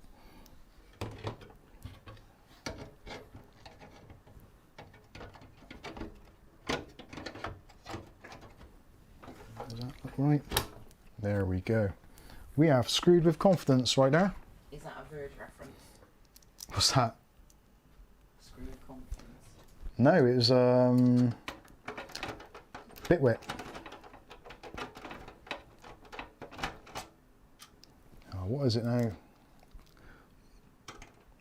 Does that screwdriver make it good, easy? Yeah, the screwdriver's good because it's magnetic, but I don't think that there's many of these threads on this case. That is often a sign with a cheaper case that the threads haven't always been cut particularly well. So I'm gonna have to. That is a precision screwdriver, so let's use the more beefy one. There we go. Doesn't really make much difference because if I break a screwdriver, it's not as if I haven't got 30 more of them. So that is essentially that is it. All we need to do now is to fire up and make sure that everything works. So I'm going to. What am I going to do, Kath? Any ideas? So I've got no clue. Right, I'm going to try and get things cleared up a little bit here. So do talk amongst yourselves briefly. And Kath, can you please? Does your USB 3 header push up when putting in the case cable for this motherboard? Theirs lifts up a little and it kind of makes me concerned. Yeah, it is a little bit there. Not massively, but it is a little bit, yes. Not enough to be concerned. Like what? Can you please remove that lamp, unplug it and remove the lamp entirely? And also plug in the HDMI cable into the back of the monitor, please. And basically we'll try and get that set up so we can fire this up and the viewers can see what is actually going on. Well, that light does make a bit of difference actually, doesn't it? Okay, so... The electric meter. Yeah. How'd you get this on? Jap says, I managed to buy a 1660 Ti in excellent condition a week ago. Now I need to buy the rest of the parts. Oh, you can just pull that out there. Just pull it out the top. Oh. I thought you said remove it completely. Oh, yeah, sorry, I meant just pull it out the slot. A little bit. So do bear with us a minute. We're just going to pack up all these bits and pieces and try and get this fired up and see if it actually works. I'm relatively confident that it will. Although being relatively confident, don't butter no parsnips. You hate that phrase. I do hate that phrase. I hate it, so I used it. You can always tell when I've said something relatively funny because Kath does actually chuckle out loud because she can't hold it. Right. Oh, I hate tidying up. Why does tidying up have to be such a chore?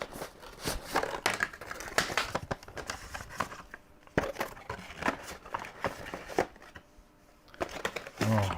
And why do AMD make their processor boxes so awkward?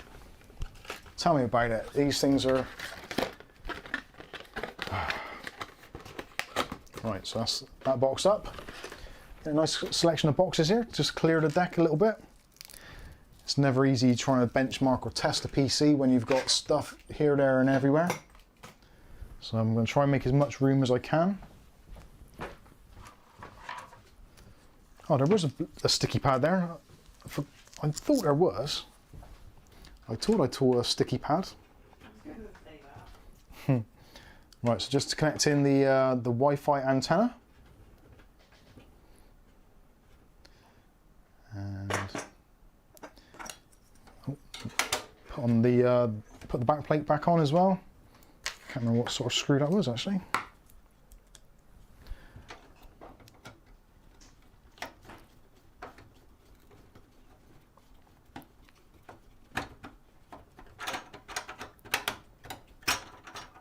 Oh, where does that go? Right, remind me never to buy cheap cases. Oh, actually, I didn't buy it, did I? Tecware sent me it. It's okay, carry on. Why does that not want to go back in there? Ah, there we go. I was not screwing with confidence there. There we go. Right, just a few more pieces to pack up here. Do you need to do anything else? No, oh crap, I didn't put that in the AMD box. Oh, I think that is pretty much it. So we'll get the rest of this stuff put away, and then we'll get round to the moment of, hopefully, Captain Chocky. the moment of glory. They don't have a GPU lock thingy. Does that matter? Because now one broke. Yeah, I'm kind of actually in a similar situation. I've got an Asus motherboard where over the many years that I've owned the board, well, 2 probably, I've actually put in a ridiculous amount of graphics cards and different CPU coolers. And every time I try and take out a CPU cooler, because the previous cooler is generally bigger than the last one, it makes it really awkward to get to the GPU release mechanism, which is that kind of slot at the end of the graphics card. And I actually managed to break one of the ones on my X570 Tough Gaming. Now, it hasn't really caused a massive amount of issues that I can tell. Thank you. The graphics card doesn't seem to be popping out or anything, but it is going to depend on how rigid your case is, the motherboard, etc., etc. Huh? So yeah, your graphics card might fall out. If you're concerned about it, you could use the glue gun method and just basically push it in and then put a blob of heat glue on it and just hope and pray that it holds it in place. Or you could use some kind of GPU mount, like a vertical mount. Then that would basically resolve the problem, because then you could plug your extension cable into the GPU slot and then you'd have your retention clip on the other end, which then should, in theory, fix any problems, he says. Right, so if I move the laptop around here,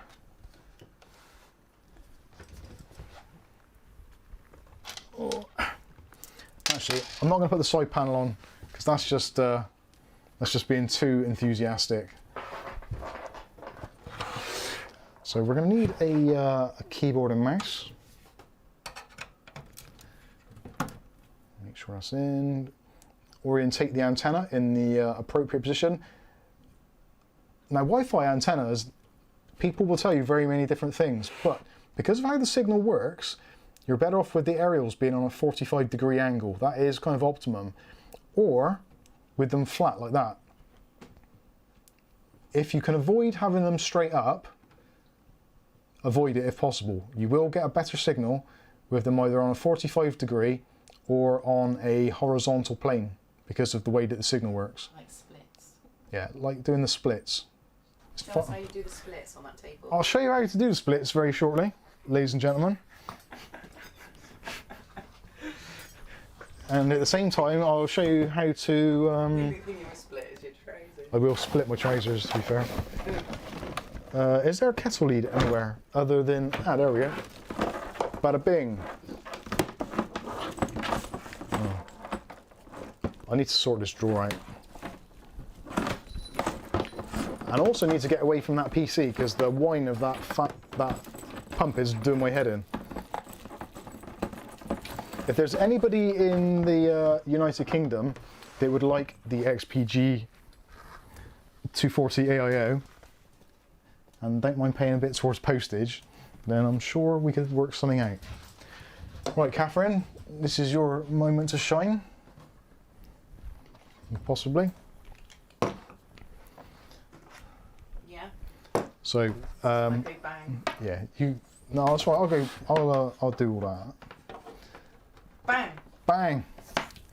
So I'm going to need that plugged in somewhere over there. Dave Burns will have that thing. Sorry. Dave Burns will have it. Oh, what, the cooler? Yeah. Okie dokie. This is going to be particularly awkward for seeing the screen, isn't it? At least, well, for me it will be. What's wrong with it? Just got a bit of pump wine, which I think is an inherent thing.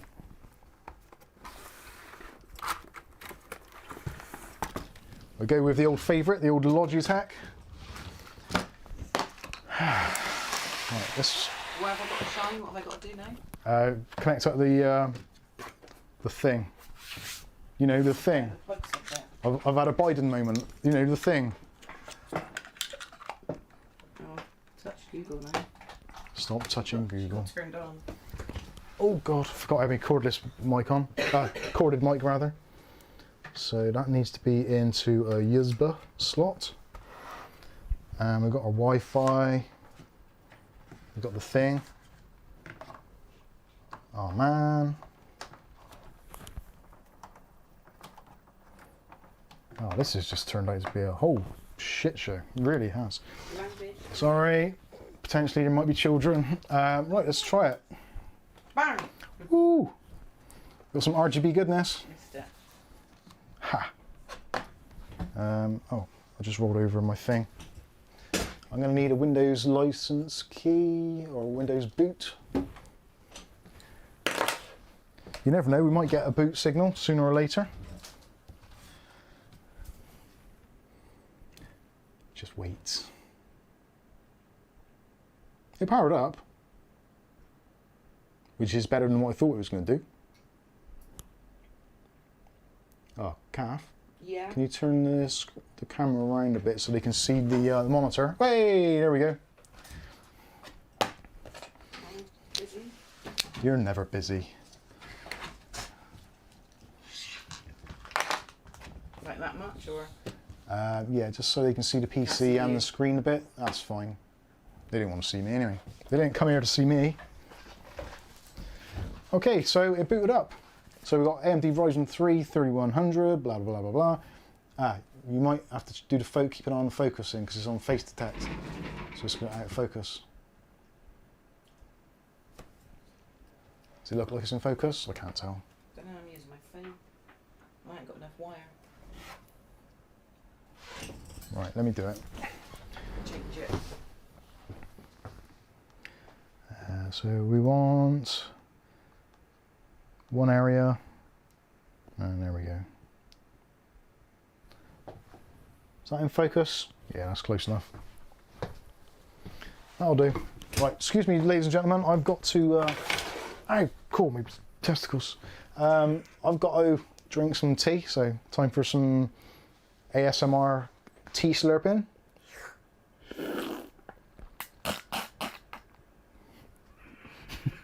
You're gonna spew that all over there. I did nearly spit it out. How much RAM has that got?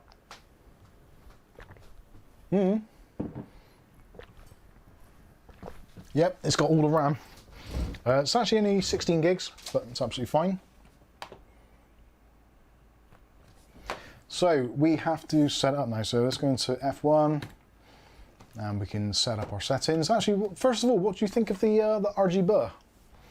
Quite like the RGB as it goes. Although saying that, where's the remote control for the RGB? The fans are actually quite quiet, so let's go for motherboard sync. The Royal Riot has the same motherboard. I'm wondering if they should update their BIOS. Their version is E7C95AMS 2.50. Build date 12th of the 4th, 2020. That's what mine is. Mine's, actually, what was the last three digits? 250. Oh, I'm on 260. And it's not exactly listed in the support page. So would they need to update it or not? I probably wouldn't. If things are working, then I would probably leave it as it is. So we're going to turn ERP on. HD audio controller we'll have on. CSM UFI, so we want UFI. AHCI, easy LED, yeah, blah, blah, blah. And let's go to CPU. Right, let's just go to advanced. So settings, so system status, blah blah blah. That's all fine. Advanced. So you can, if you want to go into overclocking, you can do. Accept and do precision boost overdrive. Just set that to enabled. And I think that's all we need in there. Integrated peripherals, just make sure that the network and all that's on. Yeah, Wi-Fi is enabled. Boot ROM, HD audio, yeah, awesome. USB, that's fine. Super I/O, we don't want a serial port, so we can disable that. Power management, ERP ready, yeah, that'll do. Yeah, I think we're pretty good to go. So we won't bother with any overclocking at the moment. Actually, what we could do is go into hardware monitor, and for the what's the, trying to think, which pump fan do we connect it to? Can't see what it says now.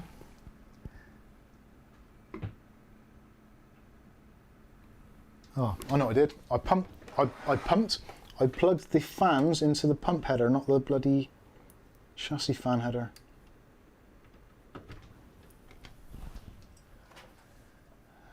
Is that going to give us, so system fan 1, PWM, smart fan mode.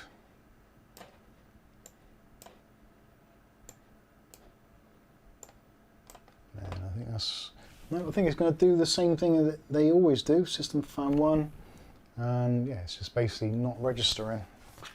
So let's put it into motherboard sync mode. Is that going to give us an RPM signal? It doesn't appear to be. So quite often on these you have to just change between the two. So if you choose DC, just wait until you get an actual read in there. What if you do say XMP?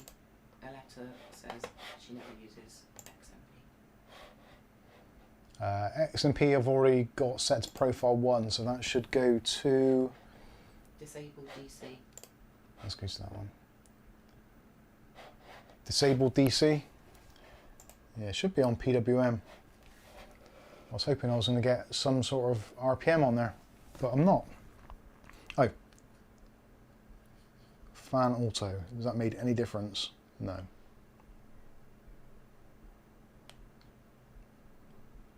You've done a build without sticking your finger in a spinning fan. There you go, lovely Bob. Sorry, Bob. Save and exit and then go back in.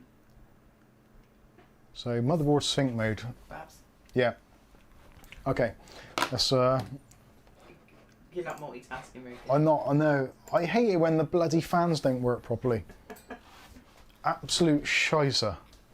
The bastards. Patrick's. I'm not sure if there's any Windows installation on this M.2. There might well be.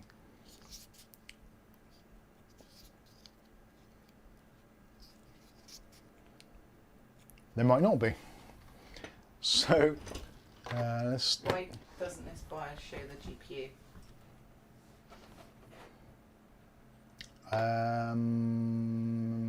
It does, doesn't it? Oh, I don't know.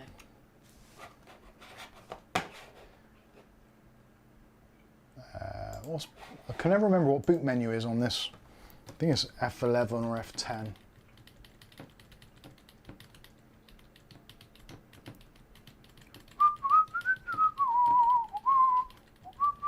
Ubuntu said, save the BIOS before changes take place. Do what? Save the BIOS before changes take place. Yes. Ubuntu, save the BIOS change before. I hope it does. I wish I could actually see what I was doing. Hyper Sports that F10 and F11 key. Install. Actually, I don't know what I'm sat around here for. I can actually come round to the same side that you lot are on. And then try not to damage my testicles on this stupid stool. Ow. Ow. Oh. Mashed potatoes. Mashed potatoes? No, it's just these new trousers are rucking. So I don't have a product key, because we'll get one from Premium CD Keys. Thanks for watching. Cheers. Ow, my neck. Custom install, so unallocated space, yep, that's what we want. So there isn't a Windows install on this already. So we'll do a quick Windows install and see what happens. I like the RGB RAM. Yeah, Bob's wondering if he could do a BMX jump over it. What, over the RAM? Yeah, over It looks a bit dull. over that gap. Do you think it looks a bit dull, the RAM? Normally it looks brighter than that. I'm looking at the ones behind and they look brighter, possibly. Who knows? Anyway, Dunno, so while it's getting files ready for installation, let's answer some of your pressing questions, which I'm sure you have. Incredible's waiting for gaming benchmarks. Gaming benchmarks. I don't know what we're to do with gaming benchmarks because I don't think there's anything I can download quick enough. Ugly Bob says, "What's your plums, Mike?" I certainly will too. Waiting for gaming benchmarks. What's Windows Pro N? N is like the cut down version that they use in some regions. Thanks, Chalky Captain, for standing up, sticking up with us. Sticking up. Putting up with us. Dave Price says, "I know what Scheiße means." So do I. It is German for the poo-poo. Might I say poo-poo in the stream? Demonetized. Right, is this... what can I do with these fans? Can I do anything good? No offense. But...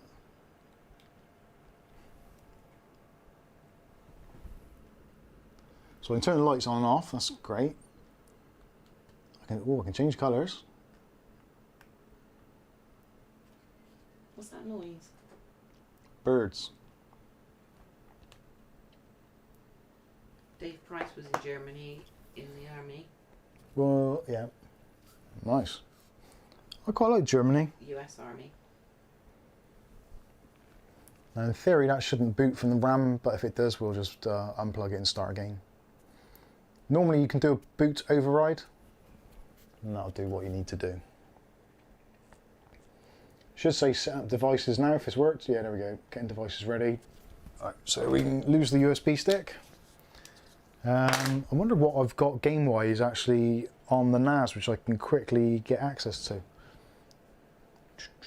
Don't think I've got a great deal on there. Do F Flight Sim if you want to get your watch time up. Yeah, yeah. Maybe we should install Flight Sim 2020 and try and increase our viewing figures while we download the entire game. God. Is there any glowing red colour RAM sticks? Well, yeah, you can change the RAM color in Windows. When you've got the MSI Dragon Center installed, you can change all that and synchronize and what have you. Or Corsair and quite a few other companies do specifically kind of white or red or blue RGBs or RGB strips. Buntu says, sorry, getting loads of buffer in here.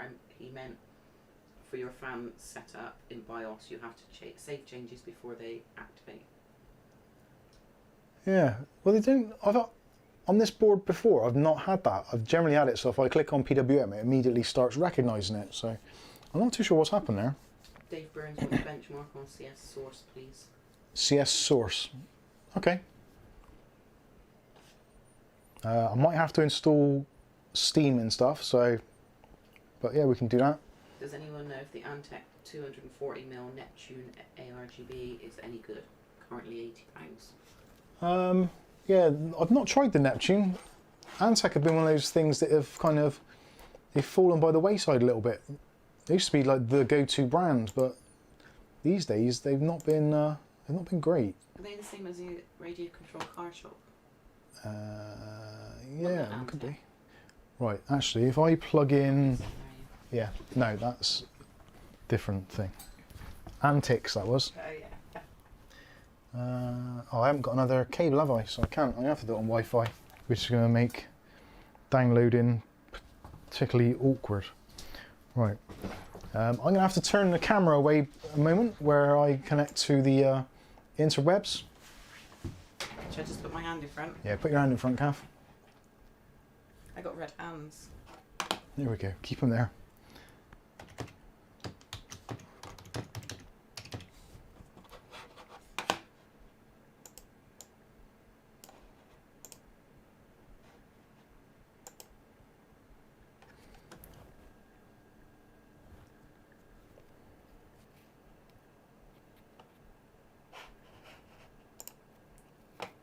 Okay, there we go. That's enough porn. Palm porn. Palm porn. Top tier production. Mm. Oh, sorry, Bob. I could have used my feet for him. It's quite a nice little PC actually, isn't it? It looks quite cool. I quite like it. That's gone too far. There we go. Got to frame it. Is that resolution your screen? Yeah. What's going on? It's good. I've got loads of windows open, I suppose. What's it set to? Normal. No, the display, Wally. Quality. Yeah. 360. Oh, that's why you put it at 1080p. Oh, no, you can actually see it. But that'll slow your internet down, you know. Right, set up for personal use. Next. I don't want to sign in with my own account, so let's do an offline account. And I wish to have a limited experience. Who's going to use this PC? Well, clearly it's going to be user. That is what we generally do into. And a memorable password would be enter. Difficult to forget that. Don't use that. No. No. No. No. No. No. Just a moment. Do do do do do. No. I don't even know what I said, but I'm still saying no. I'm saying no. So now we're going to need some NVIDIA drivers. We're going to need to do chipset drivers. That is the most important one to start with for the AMD setup. Then that gives you things like the GPIO driver, the bus mastering, etc, etc, etc. So I'll do it in that order. So I'll do chipset drivers first of all, then probably the graphics card drivers, and then it will be installing Steam and all that other kind of good stuff. My letter had to pay $80 for a Windows 10 Pro key. Couldn't you have got that from... You should have went to premiumcdkeys.com to get them for less than $5. $5.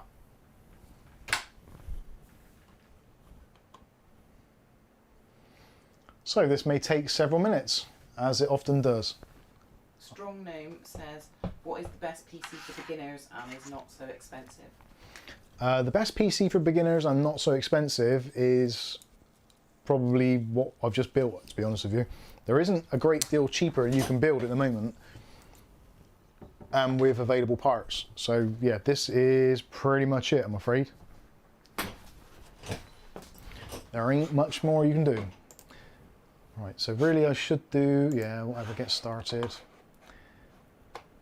Oh, Microsoft Edge. What a wonderful operating system this is. Yeah, continue without signing in. I don't want to sign in. I just want to browse the interweb. God damn it. Oh. So, do you recommend this combination of CPU and GPU or a setup with a 3400G? That is the question. I would say longevity-wise, and as in terms of the processor, then the this is a better option because the 3400G is running on the previous generation. So even though it is 4 cores, 8 threads, it's Zen plus cores and threads, not Zen 2 threads. So it is going to be slower in use. Next. Oh, I don't want to answer any of that. I can't even see the screen. Right, let's do auto detect, which actually does seem to work pretty well, actually.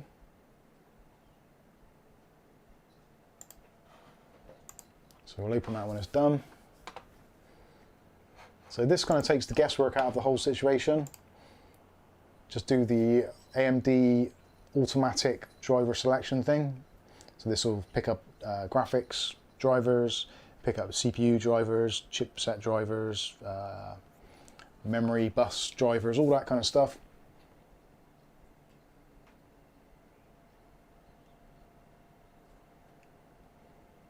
Anytime today.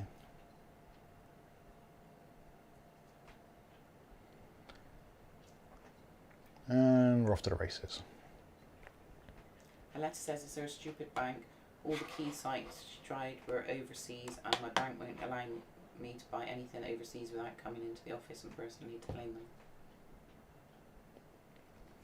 Next time you need a key, let us know and we'll sort you one out.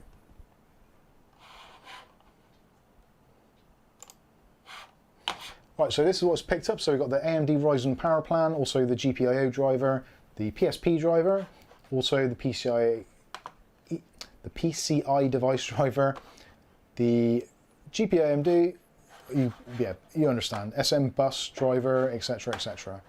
So we want to install all of those things. So let it get on and do its thing. Is Amazon reliable to use when looking for new used GPU, CPU, etc? Yeah, Amazon, if you're looking for used stuff, Amazon I would always recommend.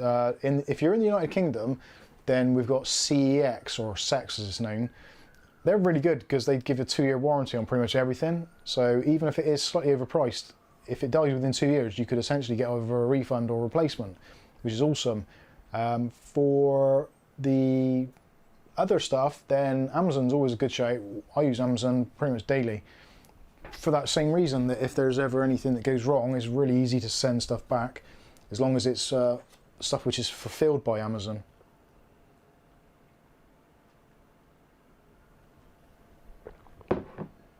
So yeah, it's all good. Right, so that's done. So now it wants to restart, so we'll click on restart. So now the chipset is kind of initialized, the power plans and all that kind of stuff. So next we can get on and look at things like the MSI fan monitoring, just so we can see if that works. And we can probably get Steam downloaded in the background as well, just so we can try and see what CSGO is actually like. Incredible. And what I might actually do is when we do the CSGO, I'll plug the camera into my HDMI so you can actually see the quality of the graphics as I would see them. Actually no, because I won't be able to play. Will I be able to play? Possibly. Anyway, we'll work it out, hopefully. Your screen looks awful. I think it's just dust. It's like the stream was looking the wrong colour.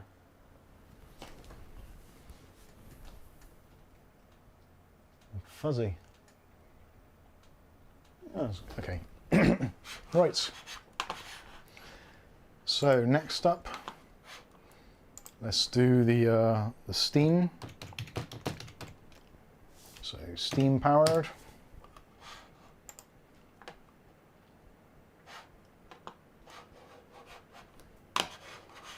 Oh, this mouse is shocking. Mind you, it is on the wrong sort of thing. D Easy says, could you please do a giveaway? I want to do game development, but I'm stuck with an i3 540 computer. You need to develop harder. Earn some money. These days, actually, anything is expensive and difficult to run. Is the PC connected to an Ethernet port? No, it's on Wi-Fi. It has both the, sorry, distracted, just looking on my phone for the Steam Authenticator. Actually, I don't think it will be Steam one, will it? It'll be the email one. Yeah. Steam, yes it will be. Because I put that on, didn't I, and then got hacked. Yeah. Log into an already one. Kath, can you use your palms again, please?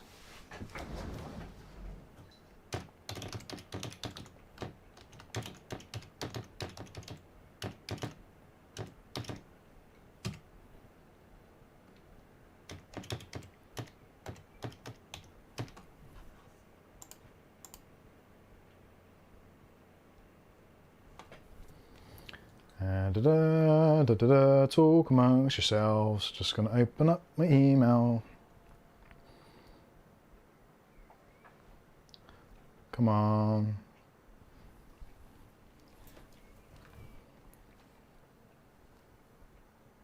Come on. Where is my email?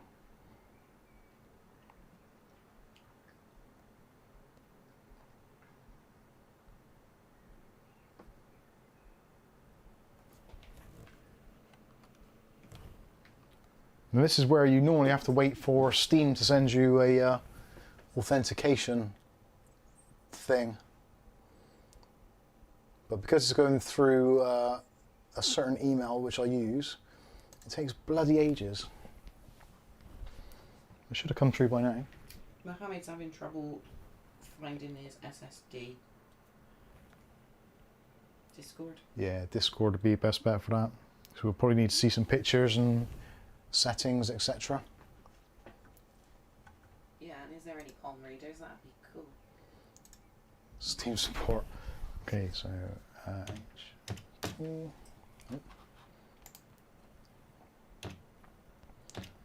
sorry about the covering up the camera, but there are people out there which,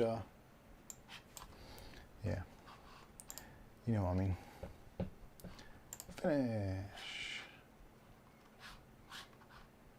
Okay, so okay, that's I think that's logging in. Yeah, there we go. Done? I believe so. Yes, that'll do. So we want a library and we want CSGO.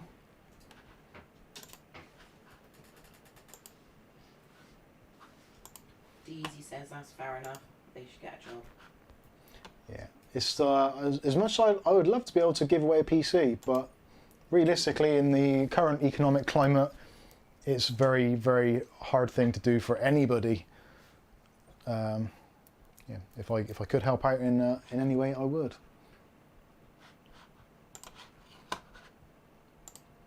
Right, so that is Steam done and dusted.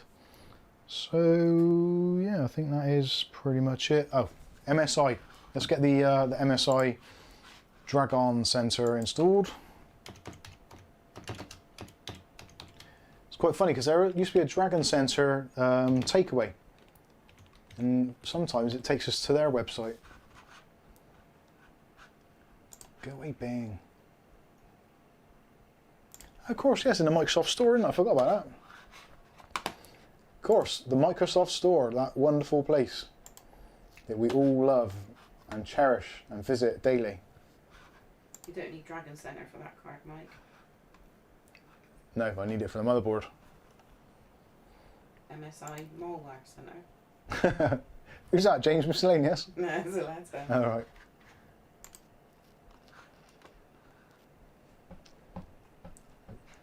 So I don't want to sign in. Screw you, hippies.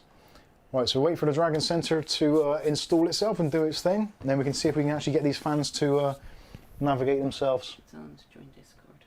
I don't know if it can. Mohammed, your question about the SSD, possibly it is. Not all M.2 slots are compatible with both SATA M.2 and also NVMe M.2, so it could be a limitation there.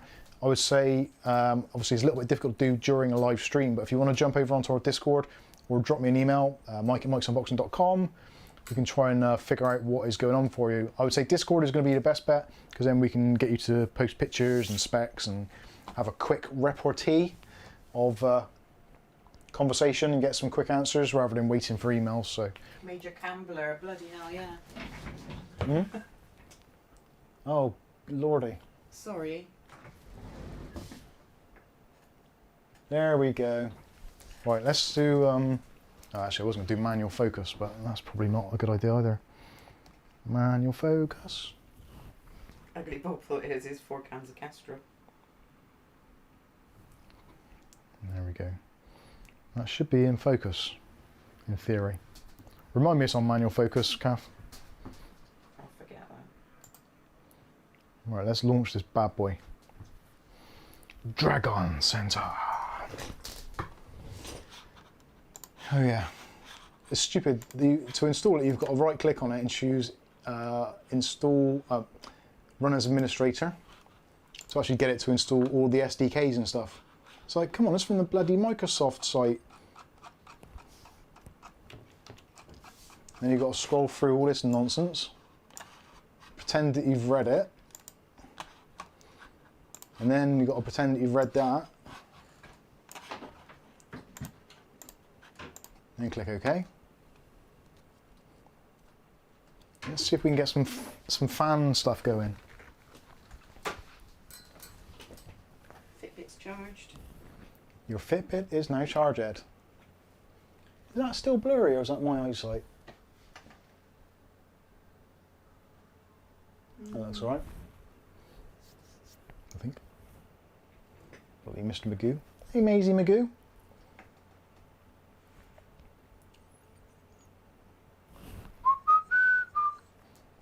This is ridiculous. Considering how much stuff is running in the background on this, it's just insane.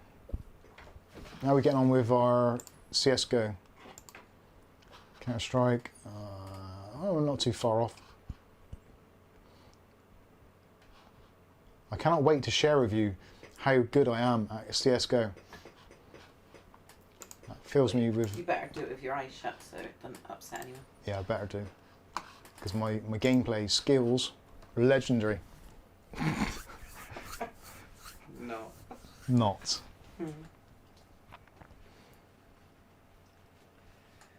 I'm trying to work out, I need another HDMI cable, don't I?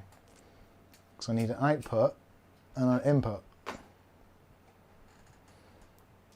And actually no, because if I disconnect the HDMI, that is going to screw up my camera because the audio is pumped in through the HDMI. Are you better than Doge?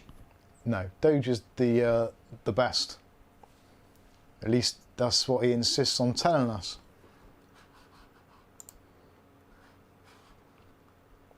How many hours have I played this for? You've played for 100 hours? Yeah, it's In alright. how many years? Well, CSGO is a relatively new thing, isn't it? CS 1.6 Global Offensive and all that was more of a new thing. What's that rubbish say? Okay, whatever. Let's minimise that. Look how long this MSI software is taking to install. What an absolute nightmare. Would like to see some more. Would like to see some modern game. CS:GO is playable on a potato. No, it's not. People keep on saying that. CSGO is not playable on a potato. Not at a reasonable refresh rate and visual quality. It used to be, but it isn't anymore. Even with like a 5600 XT, with everything cranked up to the max, you're still only going to get about 150 frames per second if you're lucky. Romsky says, nice build, RGB RAM kind of ruins it. Is that GT 1030 MSI Aero version? Yes, it is, yeah. Do Right. you not use Cinebench to benchmark? I can use Cinebench. Steven says, okay, sorry. About the modern potato thing. No, I do get it. CSGO is always seen as... I think it's because like Linus and people that say, oh yeah, this runs on a potato. But it generally doesn't.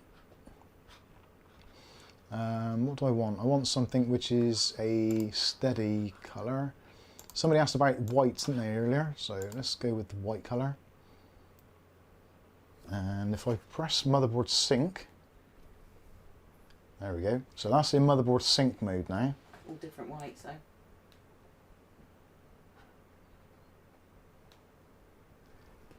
Yeah, you can see that the whites are slightly off on the memory as opposed to the fans are very blue white, and the rest. The memory is probably a pure white. Can't see it on Actually, there yeah, much, it's can relatively you? visible. It does look quite clean, actually, doesn't it? In the white. It's a shame there's that blue stripe down the side of the. Let's go with blue, and then we can match the Cylon logo. Do you want a Sharpie? Ooh, that's looking more turquoise. Oh, well, at least it matches the Windows background. Right, what we want to do though is we want to check out the fans, because that for some people is going to be quite important. Where's the intake hole at the front of the case? There is one underneath there, and there's slots all down the other side. So as you can see there, so the fan RPM is not monitoring. If we do manual fan, is it going to make any difference?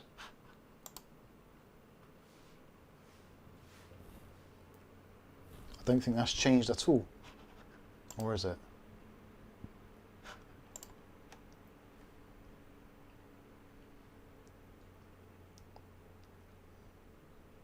Yes, it is. So they're actually, so that is working in that mode.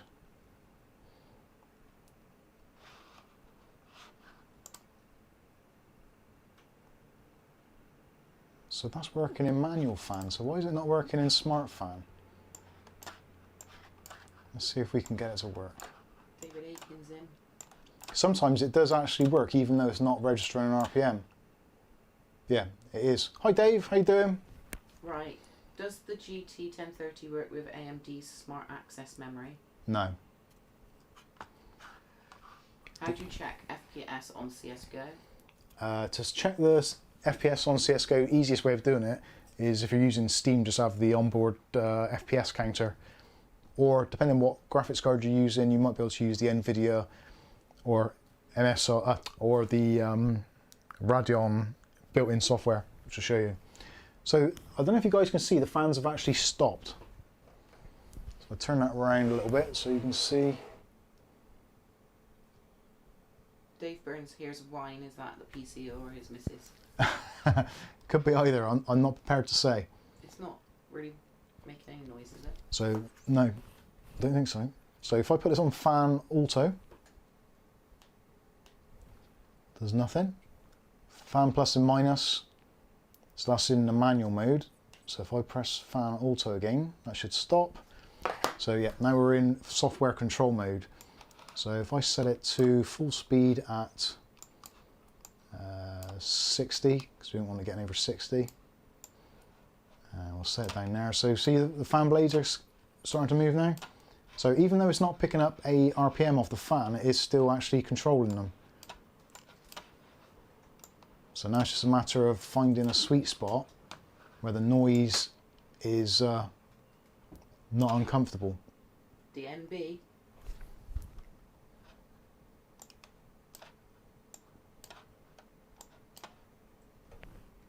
That's not bad, that's pretty silent, and there's actually moving quite a bit of air on there. Maybe a little bit lower.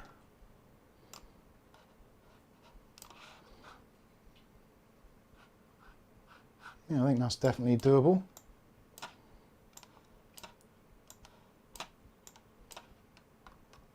Not bad. We can actually try fan tune to see if it will pick up any RPMs. I don't think it's going to. I should have done that to begin with, actually. Oh, you wake, Flame. Wakey, wakey, flame. Sent him off again.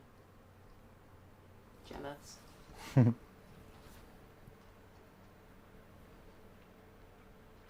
Dave Burns just renewed his Splice subscription, so he's going to make some new music. Oh, lovely. I've been meaning to ask Dave about doing some music for the channel, but one thing or another, it's all been, well, pretty bloody hectic, to be fair. Come on, CSGO. You can do it. Do you need another cup of tea? I might, I think. Right, I'm going to have to make some room. Is that right in the middle of the shop? Can't tell.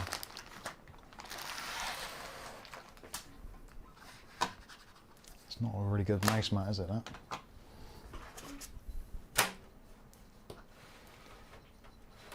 So, smart fan. So I think that's worked out okay. Let's have a look at the CPU fan. It's a shame it doesn't show the RPM, but I think I did say that actually in the original review for these, that although there was the option to actually modify it, it wasn't particularly good.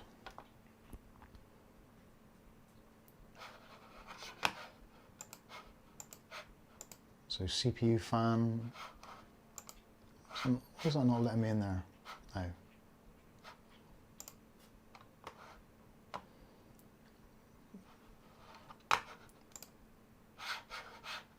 That's better. So there we go, there's the CPU fan. Yeah, that's absolutely fine. Probably raise that up a bit and bring that down a bit. It's not very noisy. Actually, it's pretty quiet, to be fair. Temperatures, we haven't checked temperatures at all, so they might be worth looking at. Oh, I'll click default. What do I want to do? Where are we? Monitor. So CPU temperature, core temperature is 40, socket temperature is 36, CPU fan is running at 44% speed. So yeah, DRAM is 3600. Yeah, we're in a pretty good place right there. And CSGO should be ready.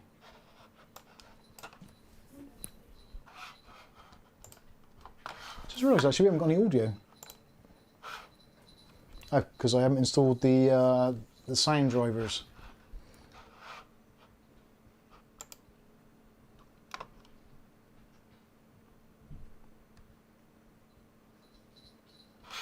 Actually, that's something that I haven't checked. So, device manager, see if there's any devices not installed. We're looking good there. Oh yeah. Oh, restart your PC to finish installing drivers and updates. So that's what is going on. So it's been installing updates in the background. Hence why there's no sound.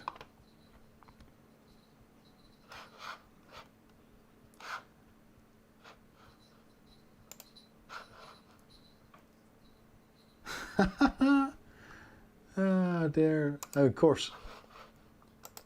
No graphics drivers installed currently.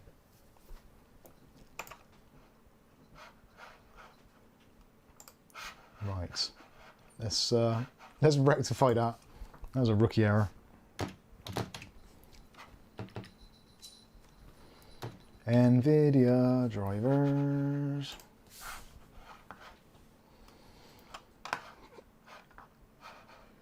As a search engine, Bing offers very, very little.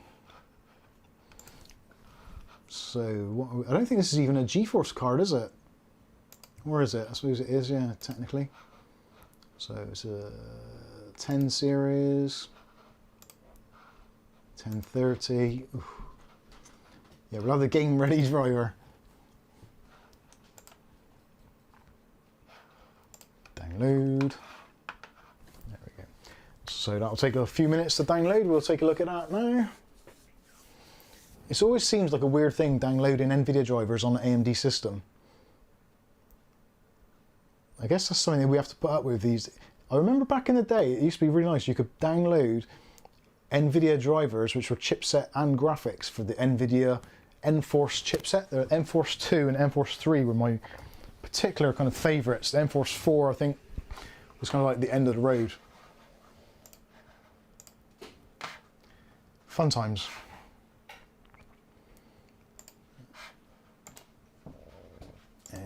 Oh, of course, that's why we've got no audio as well, because we haven't installed the graphics drivers, which also include the HDMI audio driver. Duh, I am such an idiot. At times. Right, let's have a look. Sunny Side Up says, thoughts on the Fantex P300A case? Not sure. Not sure. It's one of the ones I do quite fancy taking a look at. And there's a super chat from Patrick. Thank you, Patrick, for your super chat. Patrick LaBelle has us 10 Canadian dollars. Thank you very much. You know things are not right when a 1030 is now regularly a star in your show. I know, it's terrible. Dutch Jan says you better download some RAM. Good thinking. I should definitely do that. Let's do a custom install because I don't want the Geforce center thing. Graphics driver, HD audio, Geforce experience, don't want that.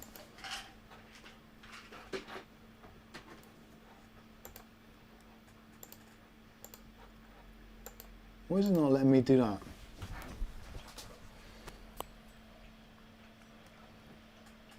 I know, yeah, Geforce, yeah, it won't let me not install the Geforce experience. Or is it grayed out because it's not allowing me because it's a crap graphics card? Oh well, we'll find out. Install Ryzen Master for that overclock boost. Yeah, I'm a bit behind. I might try the Ryzen Master. We'll give that a go. I have to briefly. Oh god, where's my mic? I have to briefly visit the young gentleman's room, and I will be back very shortly. So yeah, keep an eye on the download and the install for me, guys and girls.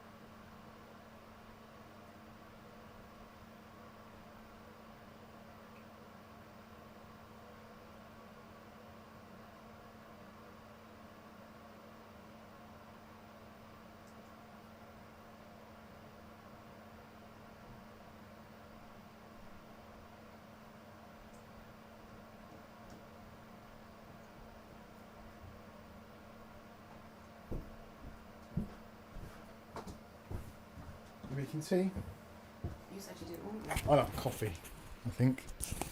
Oh, all right, cool. It's doing close, close, close still. Doesn't Geforce Experience just get the correct drivers, or is that not optimal? No, Geforce Experience is it tweaks the settings based on hundreds and hundreds of other people, and I don't really want to use that. So yeah, basically just tweaks the settings to make the gameplay allegedly better, but essentially, like most of these things, is kind of like data harvesting. So let's try Ryzen Master. We'll stick that on as well.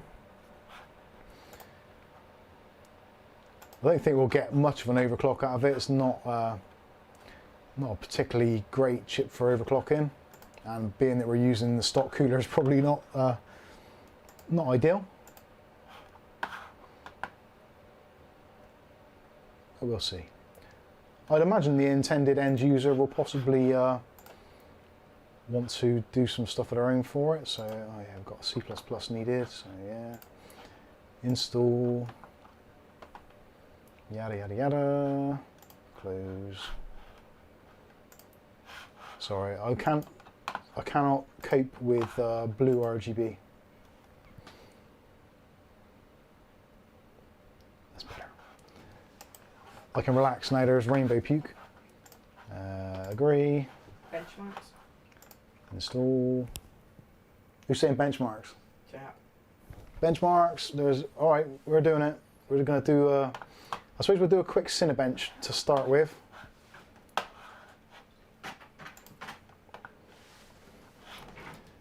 And we'll take a look at the. So currently we're in. You look so tired, baby flame. Where are we? So maximum, yeah, 3.9. Current is doing like his speed thing, so that's fine. So default settings, we'll leave that as it is for now. Why is horrible boy? And we can close all that. Go back to our old favourite. Who's a horrible boy?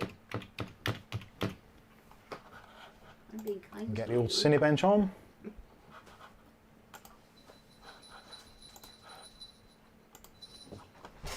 Come on, download. How tidy you are. No doubt there's probably tons of Windows updates going on as well. And the graphics bugs kicked in already where the start menu's not working.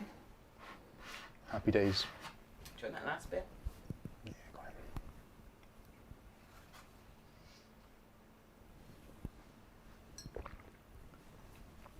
Can I have coffee? Can I have the amaretto one if there is any, please? Thank you. Oh, there's loads of stuff being updated in the background as well, so that's not going to be good for. Right, let's do update all. We'll get those out of the way. Excuse me. So let us quickly do the updates, and then we'll run a Cinebench. No point running a Cinebench with all the updates going in the background because that'll just make things considerably worse.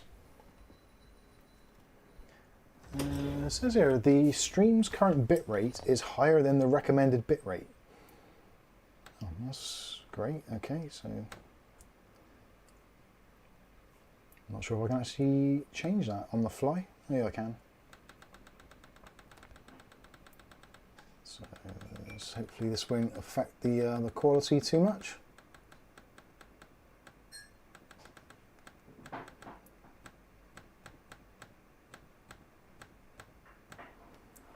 And apply.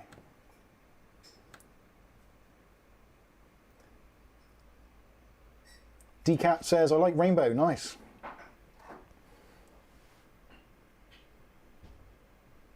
DEZ says, thanks for the entertainment, guys. I'm head off now. Have a good one, yeah. Keep up the good work. Thank you very much, will do. And Glenn says, 69 likes. Happy days. And good evening, Glenn, by the way. Glenn's been there a while. Oh, is he? That's Kath. She's terrible. Terrible, terrible. 17 left to go. Whee! And there's a super chat. who's that? That is from Dave Aiken. Thank you very much, Dave Aiken. £5. Says GT1030 and still drawing in the crowds. Sorry for missing the videos last few weeks. Awesome work, guys, as always. Thank you very much, Dave. And no pressure. Just catch up whenever. Just catch up whenever, yeah. There's a whole catalogue of videos. So when you're feeling insomnia and you can't sleep, just hit up the playlist. And you'll got kids that are misbehaving. yeah, very good for misbehaving children. Put them on the move seat. Right, 6 apps left. 5, 4, 3, 2. Right, let's try and get you a better picture of this now. So if we do some benchmarkings.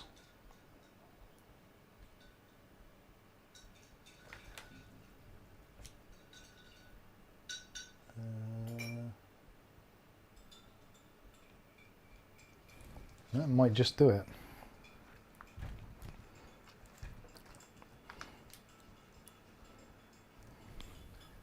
There we go.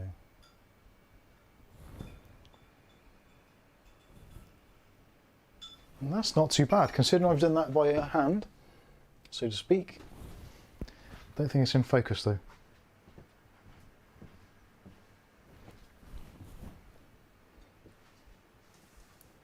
Do you want it now? Is that better? Yeah, a little bit of banding on the side there, but that's the downside. So there we go. A little bit.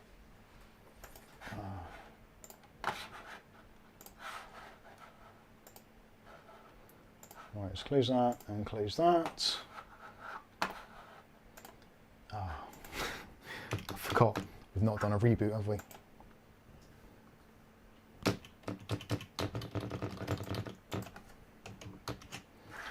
Right. Let's do a quick reboot, restart.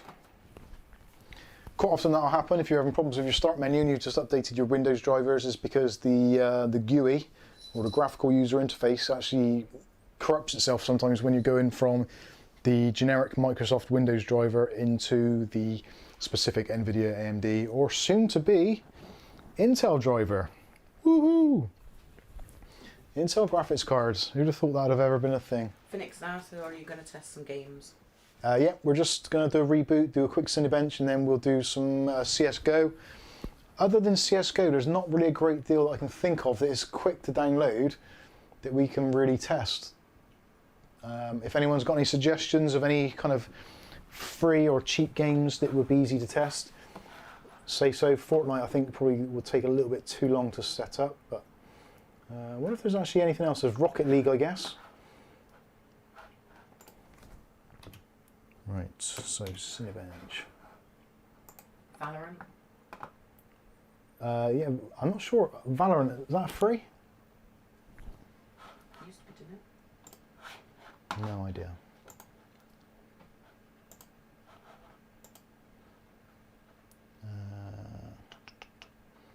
Steven says, is it him or are the graphics a bit crappy?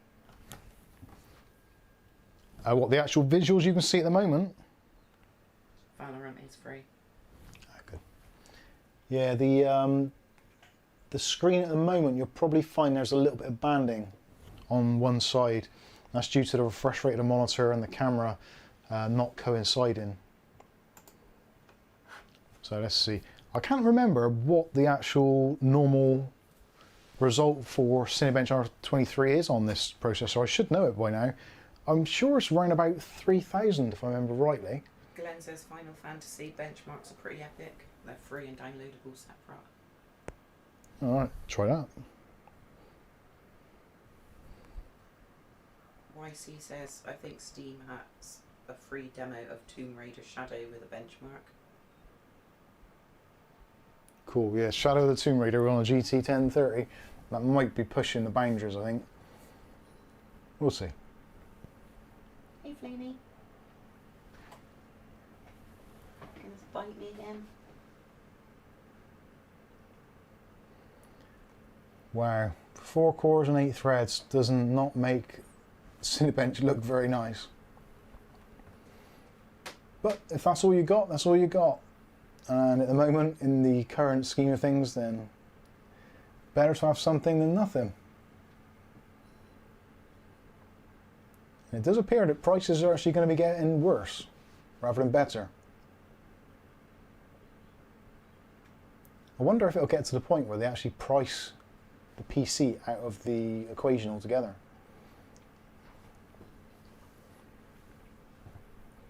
It's quite a scary thought. Come on, this is taking ages.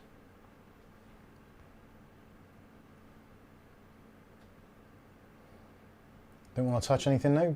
They already have, Mike. Yeah, I suppose they have. I suppose they have. What series Apple Watch are you wearing?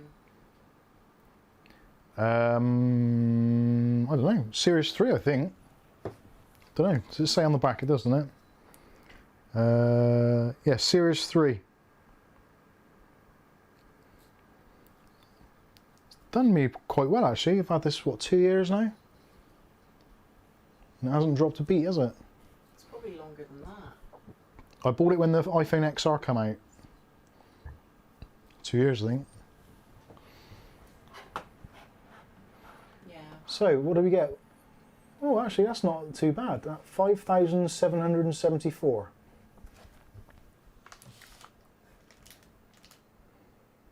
Hopefully you can see that. Can't see from there. I can't move any closer because I've got no wire. Matter. Our Razer hammerhead's good. Never tried one, sorry. Couldn't tell you.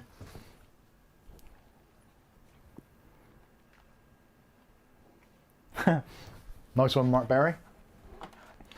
So 5774, I think that is actually pretty decent.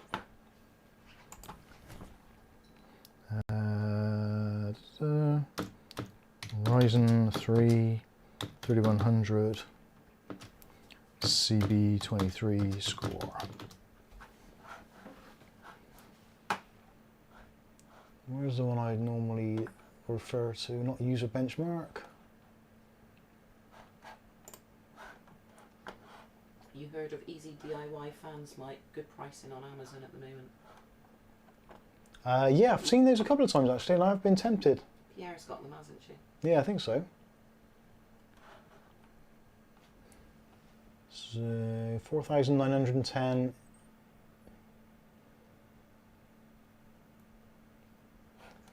No, I can't really see that there. If anybody's got one, let me know. But I think that's actually not a bad score because it's only a little bit further behind the i7 7700K.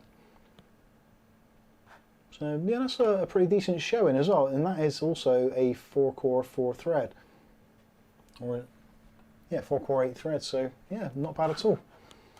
And we could, of course, boost it up a little bit. Although generally in Cinebench it doesn't really make a great deal of difference.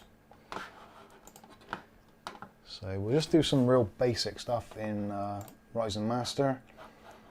So we'll have a manual OC and we'll crank the clock speed up to 3950. CPU voltage up a little bit. And I think that is probably going to do it. Will a laptop with i5 1650 Ti, what do I even say now, run AAA games for many years? Actually, before I do that, let's see what CSGO's like. So, Sorry. will a laptop with i5 1650 Ti run AAA games for many years? Probably not. 1650 isn't brilliant. The Ti version is, I wouldn't say it'll run them, but it won't run them with a particularly good kind of Chocolate. general output because it's a little bit on the weak side, even in the laptop version. Oh, I just realised I've got no volume because this is muted, isn't it? Captain Chocky It's back.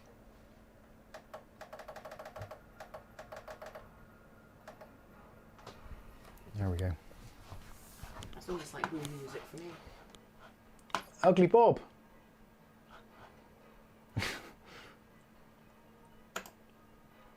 Thanks.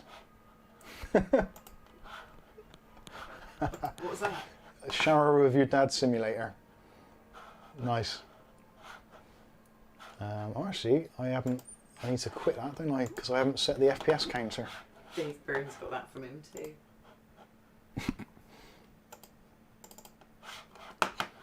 Right, so if you want to see your FPS, most of you probably already know this anyway, but Why didn't you give it to me?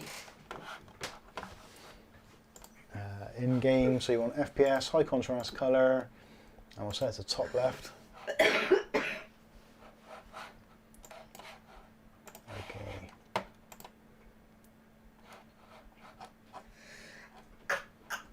Bless you. Me. Are you Scottish? No, definitely not. I'm not Scottish. It's way, way too far north for me. Too cold. Yeah.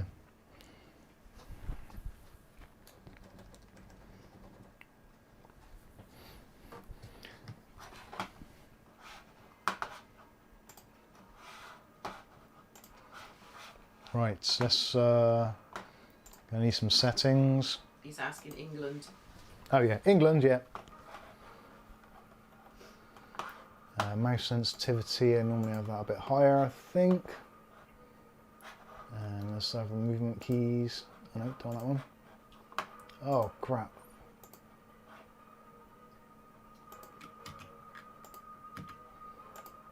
Being left-handed, yeah.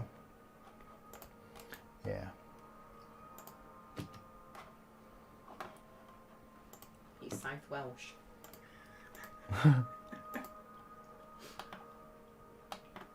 Is Mike an Anglo?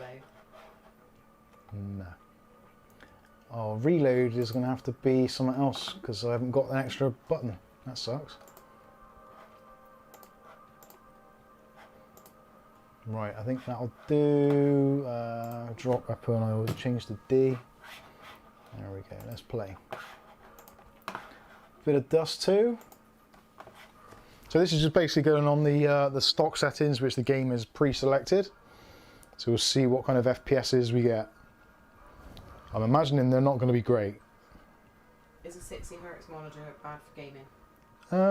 Depends how many frames per second you're getting. A 60 Hz good quality panel will be much better than a cheap FreeSync one. So it depends really on the overall quality and stuff like that. Where's my damn chair? Oh, there. Now, I apologise in advance for any profanities in this. F1. Oh, I want to be a CT. Damn it. Don't shout. Sorry. Okay. Right. This isn't me, by the way. And currently we're getting, what's that in the top corner? I can't see. 60?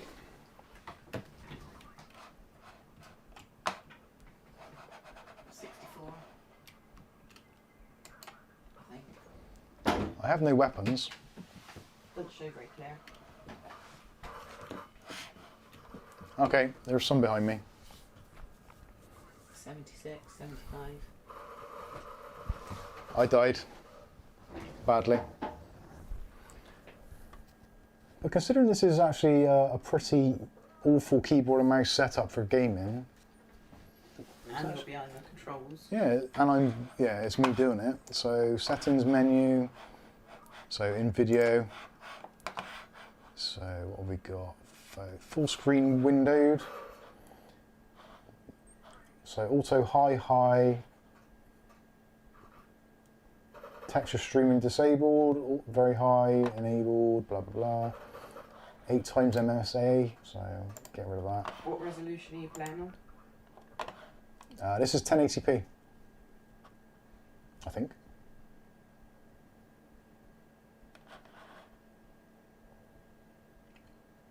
I hate when it does that. When why does it always kick you out when you change the settings? You'd think in this day and age of technology where computers are regularly change settings, that CSGO wouldn't kick you out every time you make a settings change.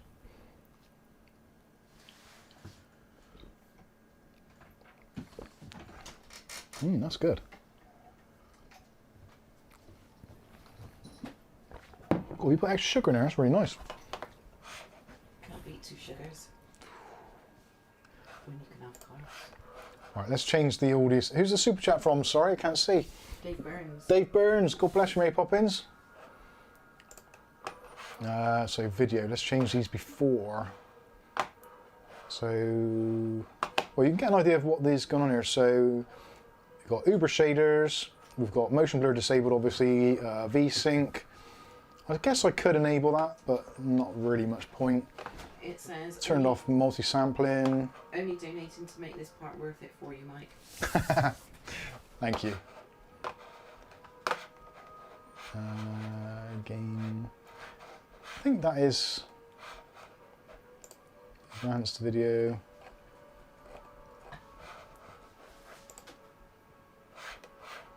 I'm sure that's 1080p. Do you know what? It's been so long since I've actually played this, I can never tell. Actually, it must be because... Aletta just plays this in real life in her yard. Oh, I wish I could. Yeah, that's what Mark Berry said.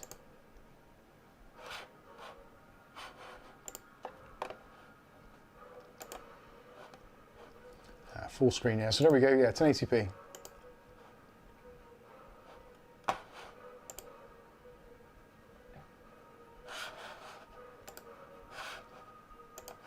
Right, let's try that again. See where we get. Wait for the copyright strike for the Counter-Strike sounds.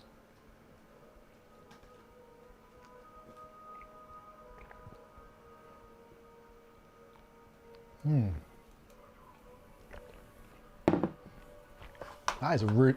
Oh God, went down the wrong way. That is a really good coffee. Uh-oh, Angry Doge is playing Counter-Strike Global Offensive. Hopefully he won't join this and humiliate my ass. It's possible. Any suggestions for a budget 120 Hz 1080p monitor? I'm not sure actually. How many frames per second is in that top corner now? I can't see. That's like 100 or so, isn't it? I don't know, it looks like 84 on my screen, but... And it actually looks alright. 30. 119, 113, 116, 97. Feels pretty smooth.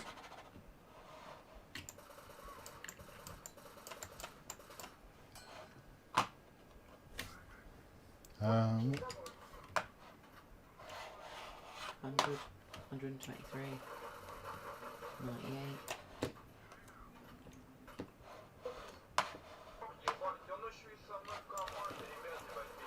Ah, swines. It's 179 then, but Yeah, this sounds pretty decent. It's like kind of in the upper 70s. Match starting, here we go. So buy menu, flashbang, smoke. That'll do. Probably got enough money for a pistol as well, but we'll just go with this. No doubt someone's going to drop one. Roy's going. Cheers, Roy. Of course, all the grenades.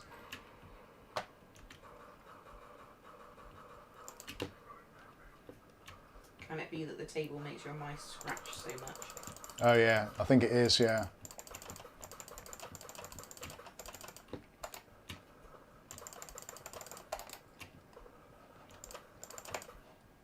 Uh-oh, I've got no bullets. Is there a dead person anywhere? I don't think I've got enough.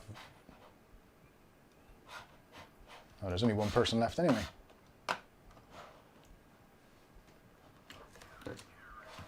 Got a deagle.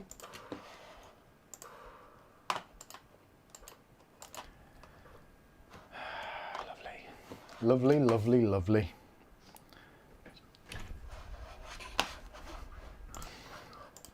Let's have some P90 action. Actually, I want to go, don't we? This is actually running pretty well. 100 odd frames per second. I know it's a pretty easy game to run, but it is highly enjoyable. And look around there, we're getting sort of 120 frames per second. CT7567 said, thank you for the helpful stream. I'm so glad I subscribed. Thank you, and I hope you have a good day, week, life. Thank you. Appreciate that. Oh my god.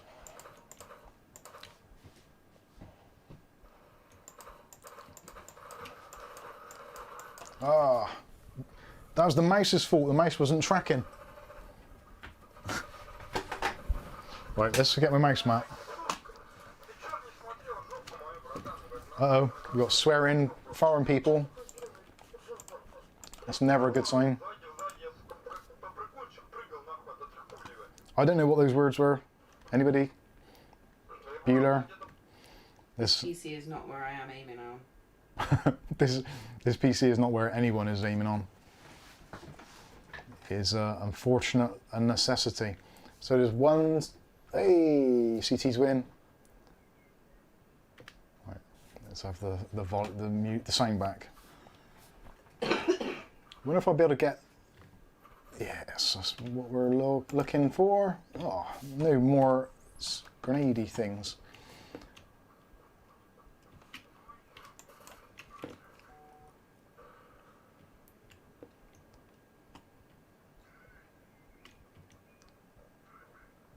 Now, it doesn't help that I'm actually sat at least 4 foot away from the actual monitor, so getting to see anything is super difficult.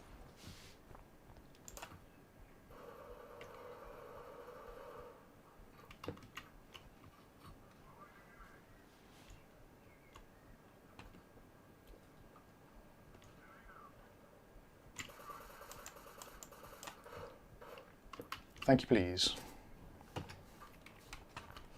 Enough now? Yeah, I think that's probably enough. I'm enjoying this too much. I do like CSGO. Ah, that's not worked out well.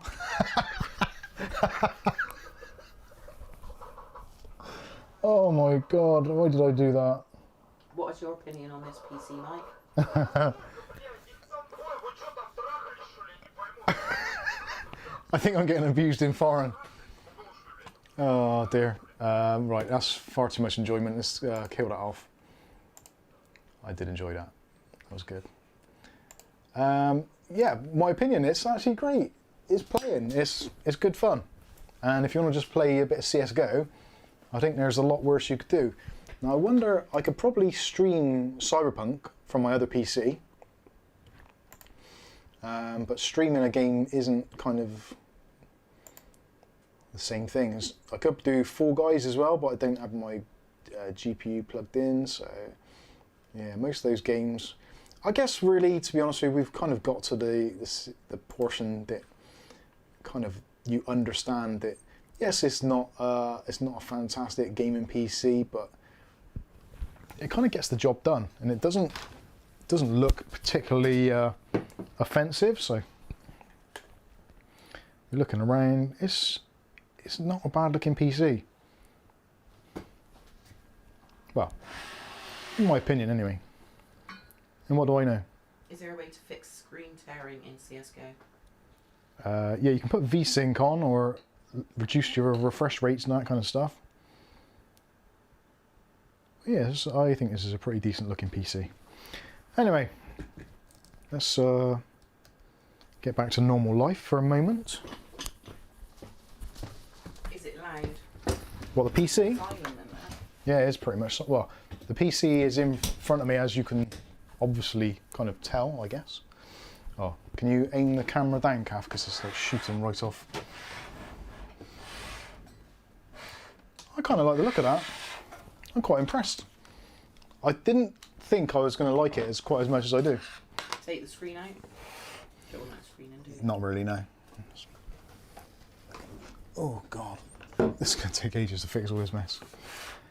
Anyway, I think that's going to pretty much sum this one up. Let's take a look at some of your questions and stuff like that. Any final questions? Any final questions? Sunny side up, is it loud? Well, I've got my mic on. You can hear the fans, I but can hear mine. I think it's the graphics card fan which has got the worst tone to it. And there is 4 PCs in here. So yeah, you can hear that it's on, but other than that, it's pretty darn quiet. Just noticed there's a wire out of place there. Best in Shadow of the Tomb Raider, please. Shadow of the Tomb. Can we get Shadow of the Tomb Raider? Is that free? I don't think I would. I would imagine it won't run it, but if it is here, where are we? Shadow. Put the case on and see on the side. Shadow of Tomb Raider.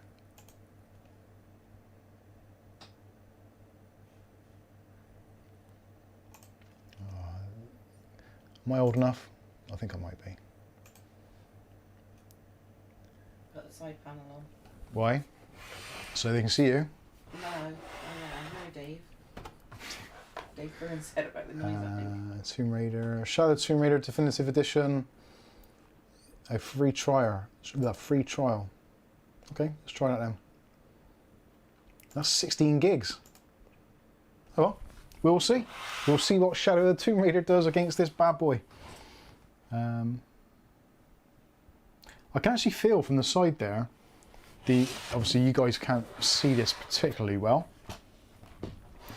but the vents along that side there, you can definitely feel air being pulled in.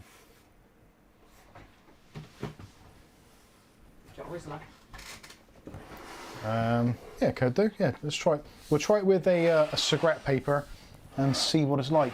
You can actually see. I don't know if they're going to be fast enough to do that.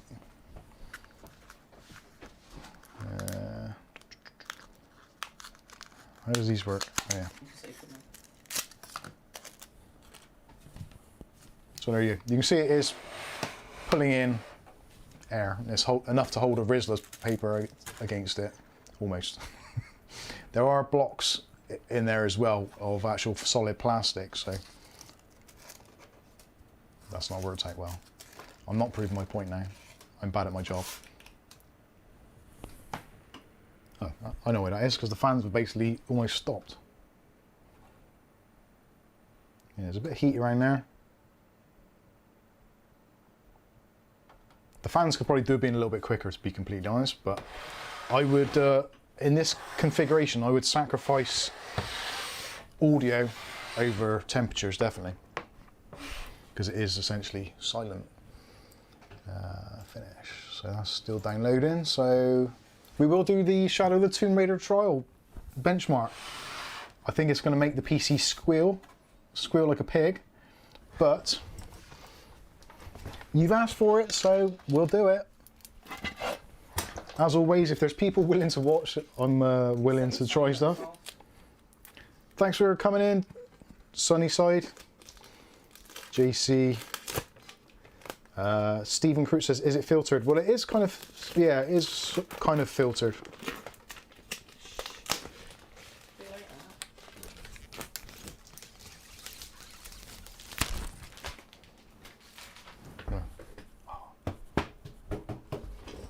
I was waiting for the static.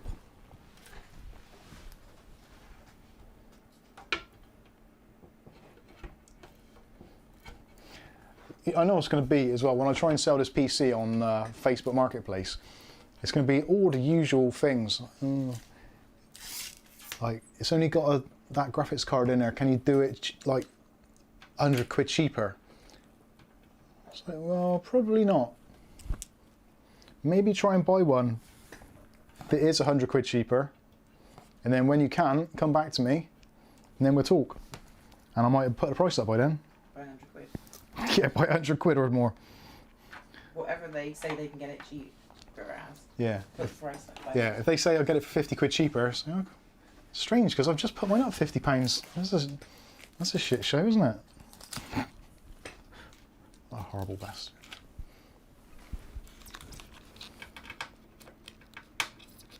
What's the specs of the PC behind you? Specs of the PC behind me, it's a B550 gaming edge Wi-Fi, MSI. It's a Ryzen 5 3600 and a RTX 2060 Super.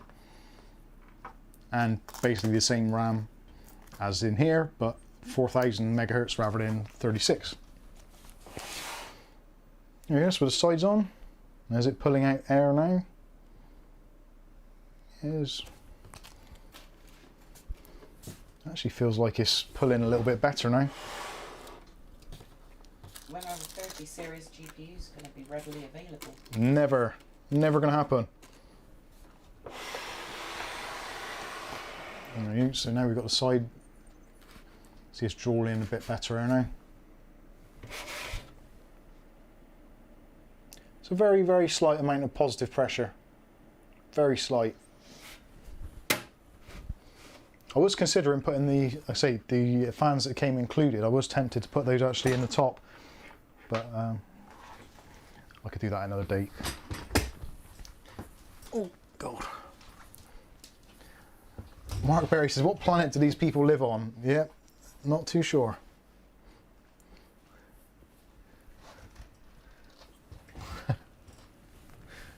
Okay, how much longer has that got? Oh, this is taking forever. So it's currently downloading at 18 megabits per second, megabytes per second, which is, I think, the maximum it can do actually on that connection. Actually. If I unplug the network cable from here, I don't know if it's going to stretch all the way over there. Oh, don't worry about a broken glass. Oh, look at that, just about fits. That's going to upset it. Oh, wrong keyboard. Is Aerocool 2 and Milton motherboard compatible with HyperX Fury 8 gig? Is Aerocool 2 and Milton... Is that spell checks or something? Yeah, I need to know what you're actually saying. Is Aerocool 2 and Milton motherboard? I do not know what that is. That might be autocorrect. It is autocorrect, but what would have a 2? So Aerocool, 5 letters, so... Trying to think of a motherboard that would be 5 letters with a number on the end, a 2. Aurorus 2? Aurorus 2? I don't know. You need to type that one in again.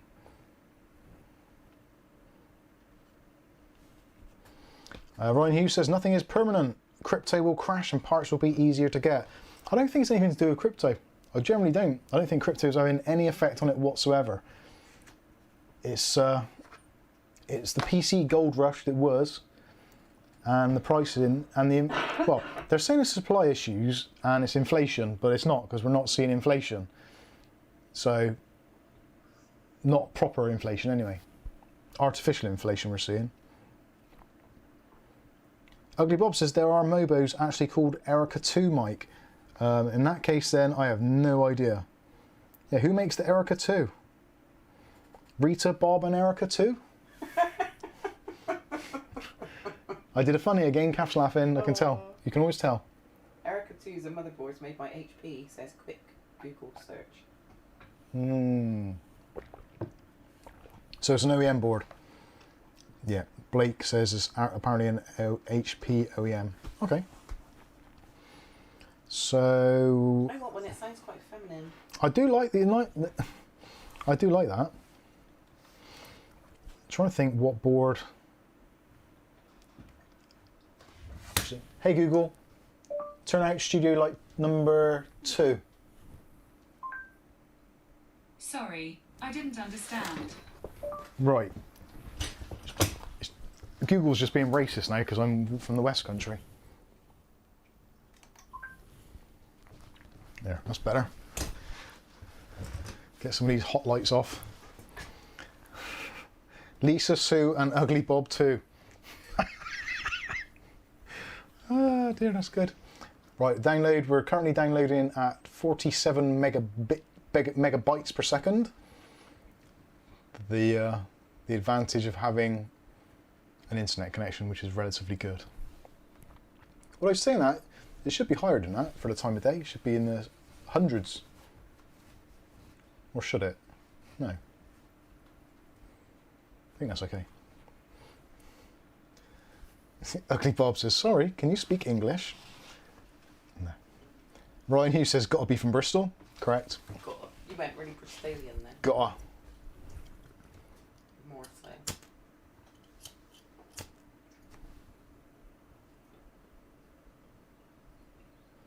Come on, you know you're going to end up hurting yourself. It's going to end up in tears. Let's put that to one side, step away from that. Best budget power supply. Best budget power supply, the yeah, links in the description actually, yeah. The Aerocool, the Cylon. Is it Aerocool, isn't I it? suppose it depends on country. Yeah, it depends what country you're in, what is available. The best one to least likely burn your house down, Aerocool Cylon 500 watt for £27 on Amazon is a very, very good alternative, I think, personally. Nice flat cables. Yeah, yeah. The cabling, well, building in this case is an absolute horrendous thing. So, as you can see, it's turned out all right, and it's not caught on fire yet. Right, Shadow of the Tomb Raider is installed. So, Kappa might need you to turn the Lee camera around a minute. Not quite yet. I'll get it set up first. Come on. You can see some of that. That's right. There's nothing on there which doesn't need to be on there. This coffee is really nice. Thanks, Kath. Chris says, are you still going? I am, Chris. Blimey, are you still going? Yes.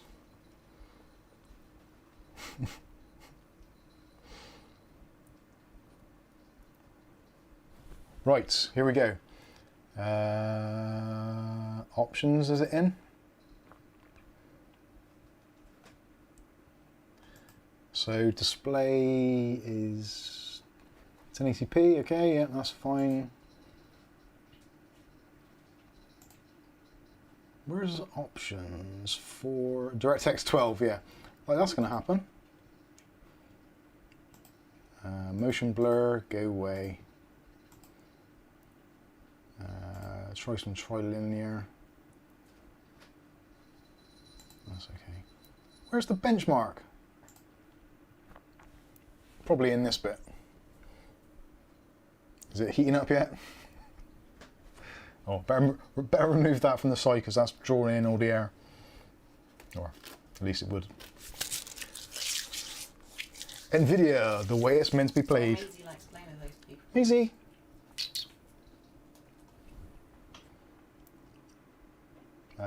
Yeah, whatever.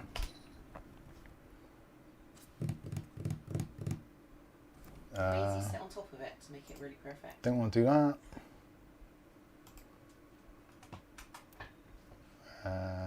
Purchase game options. Continue. Options. Where's benchmark?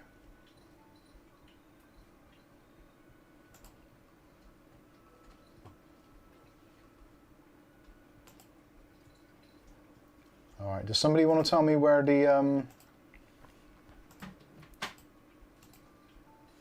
there we go. It's all right. It's in the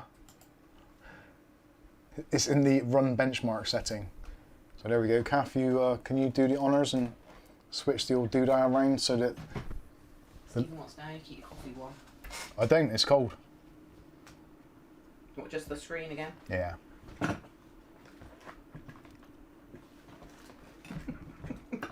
You're a bit too close. Huh? It's a bit too close. I know, but it's always crap everywhere. Is it? That'd be alright, wouldn't it? Yeah, I think so. Is that cutting the top bit off that's got the thing Sorry. on That'll do. it? Can't see it though. Should I turn that light off? It might be better. Yeah, go on then. So it's got that reflection of it, I might pick it up clearer.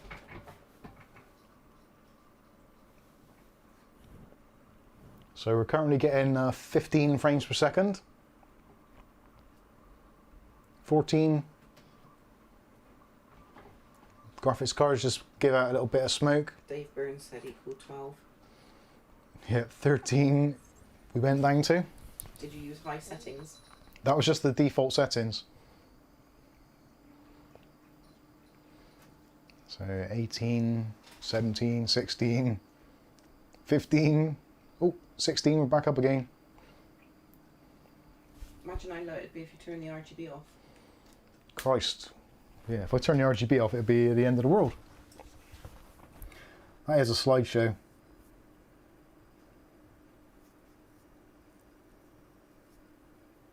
Oh, Aletta's got 2 PCs to upgrade tomorrow. Dear, dear.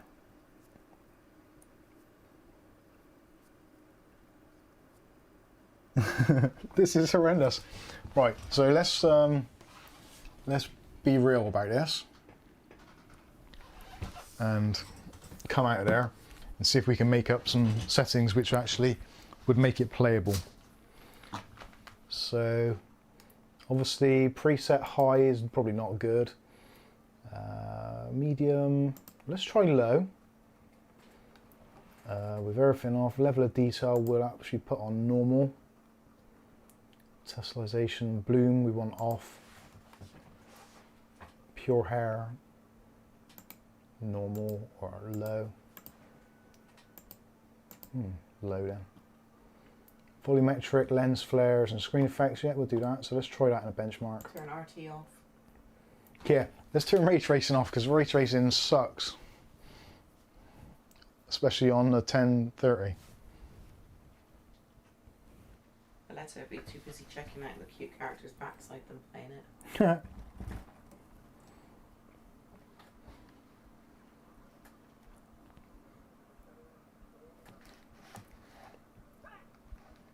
Is there a setting to make her chest pointy like the original game? No, not that I'm aware of. So there we go, there's 23 to 24 frames per second, so that's cinematic settings. That doesn't look awful. In fact, actually it doesn't look bad at all. Yeah, it's a bit slideshowy though. I think we need to have a minimum of 30. Yeah, and we're dropping down with the scene opening up. There's a classic skin actually.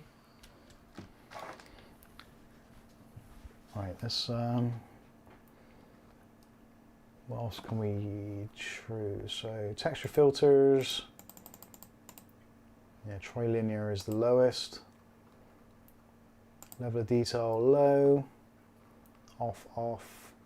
Turn off volumetric lighting, turn off lens flares and screen effects. And run that. So this is basically about as low as it can go whilst still being at 1080p. I should imagine we'll get 35 now, possibly.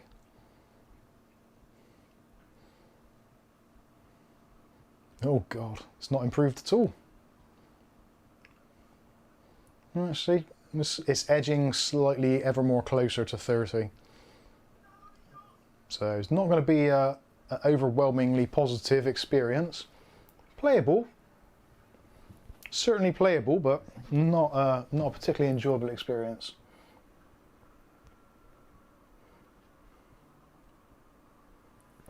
Is overclock boost on? There isn't actually any overclock boost available for that card. Sadly, it doesn't allow it. It's not a thing.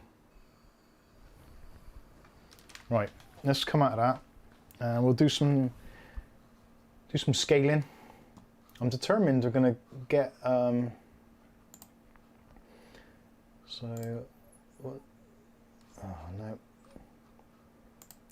Let's cancel that. On the CPU at Mick Villarreal. Monitor brightness. VSync, don't really need that. So anti-aliasing, we can turn that off. And resolution. 3 o'clock on the CPU. Let's try 16:9. That might be okay. I'll turn VSync on just for the crack. Why does the resolution modifier not work? Oh. Oh.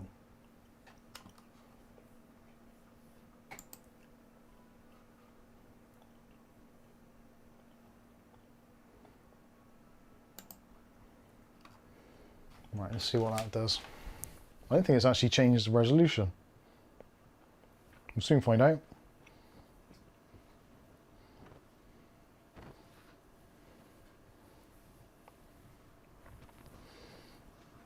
No, that's not done a thing.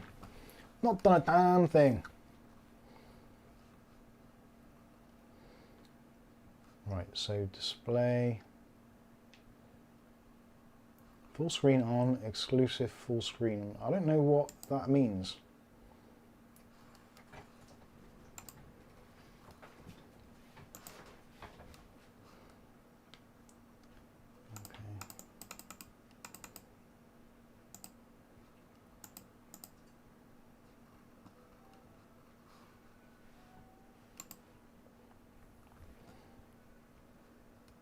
Is Windows 1 Plus in 180p?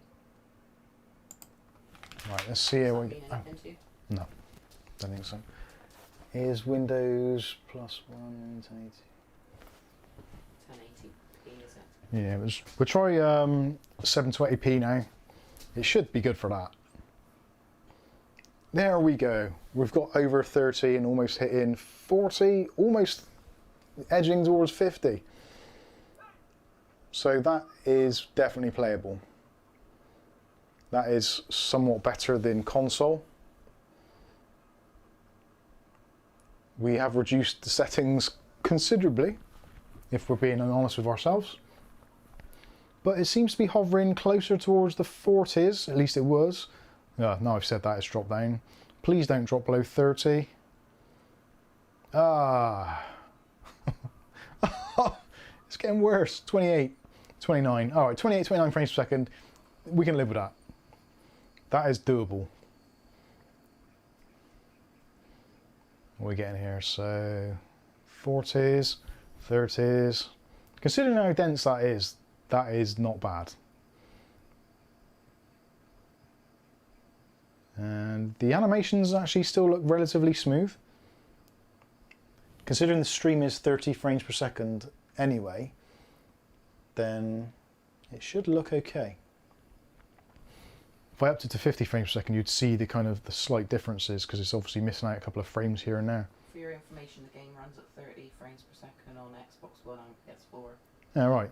So yeah, comparatively, this essentially is going to be the same as Xbox style display frame rates. I can imagine the graphics settings would be considerably better though, if I'm completely honest. But yeah, bloody hell! I just saw 70 FPS on the screen. I thought I was playing the wrong game. Steven says he's now more convinced CSGO is playable on a potato. CSGO is playable on a potato. Although we did have a lot of settings turned up in CSGO. I think what hurts this particular GPU is the 2 gigs of RAM. I think the extra RAM would certainly help. Tomb Raider benchmark does not speak for all other games. No, this is true. And actually, things like Rocket League, most of your esports titles, even things like Far Cry New Dawn, do play relatively okay. Can you do Candy Crush on it? Candy Crush possibly would play. Maybe. Windowed. But even in that largest scene there, still over 30 frames per second, he says, before it dips down too much. Struth. That bloke's got no strides on. And he's got gaffer tape up his a-hole. What's that all about? Waxing in it. There's easier ways to wax. Like the Miley wax kit, which we tried out ages ago. Okay, so what do we get there? So average FPS 40 frames per second. I'm happy with that. I'm not ecstatic about that. About Minesweeper? Minesweeper might be alright. Brightness, yeah, there's not really much else we could do there. We could turn off anti-aliasing, which might help slightly. Okay, I think that kind of, I think that says it all. Let's quit the game before I upset myself too much. Okay, Kath, let's have a little bit of lighting, please. Oh, goodness. See, I told you it's too much rubbish. It is, you're right.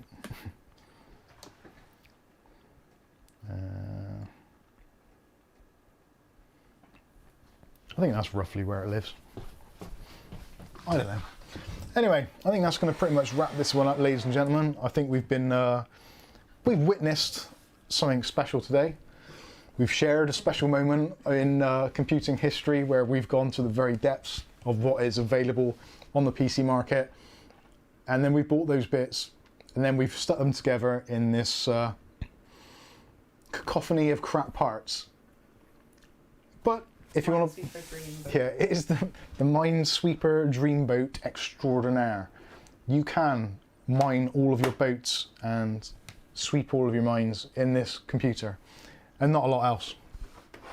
Looks awful that side, it really does. So yeah, I think that's going to pretty much wrap this one up. Things have tailed off dramatically. We know this isn't going to be a rocket ship. We know that. It's an obvious thing. Nobody in their right mind would consider this as being a rocket ship. But in 2021, with the market as it is at the moment, and there basically not being anything else to buy, at least at reasonable money, then this actually isn't that bad a deal. For £465, give or take. I thought you said 50 earlier. Yeah, well, take out the CPU cooler, and that's £15 roughly. So £450, approximately £450. It gets you up and running, and you're ready. I have actually ordered a GTX 760, I think, from CEX, a second-hand one, for about £60. So it'd be interesting to put that in here and see what difference that makes, and whether or not it will make this PC more saleable, being that it's got a slightly more upmarket graphics card with potentially considerably higher power draw, but possibly higher performance. So when I do get the graphics card, I will definitely be doing a live stream. We'll fire this bad boy up, put the graphics card back in there, and possibly go through the same kind of tests and some new ones and see if things have improved. Hopefully they will do. They won't dramatically, but hopefully they will do. So anyway, that is, yeah, JC says that's right. That PC is future-proof.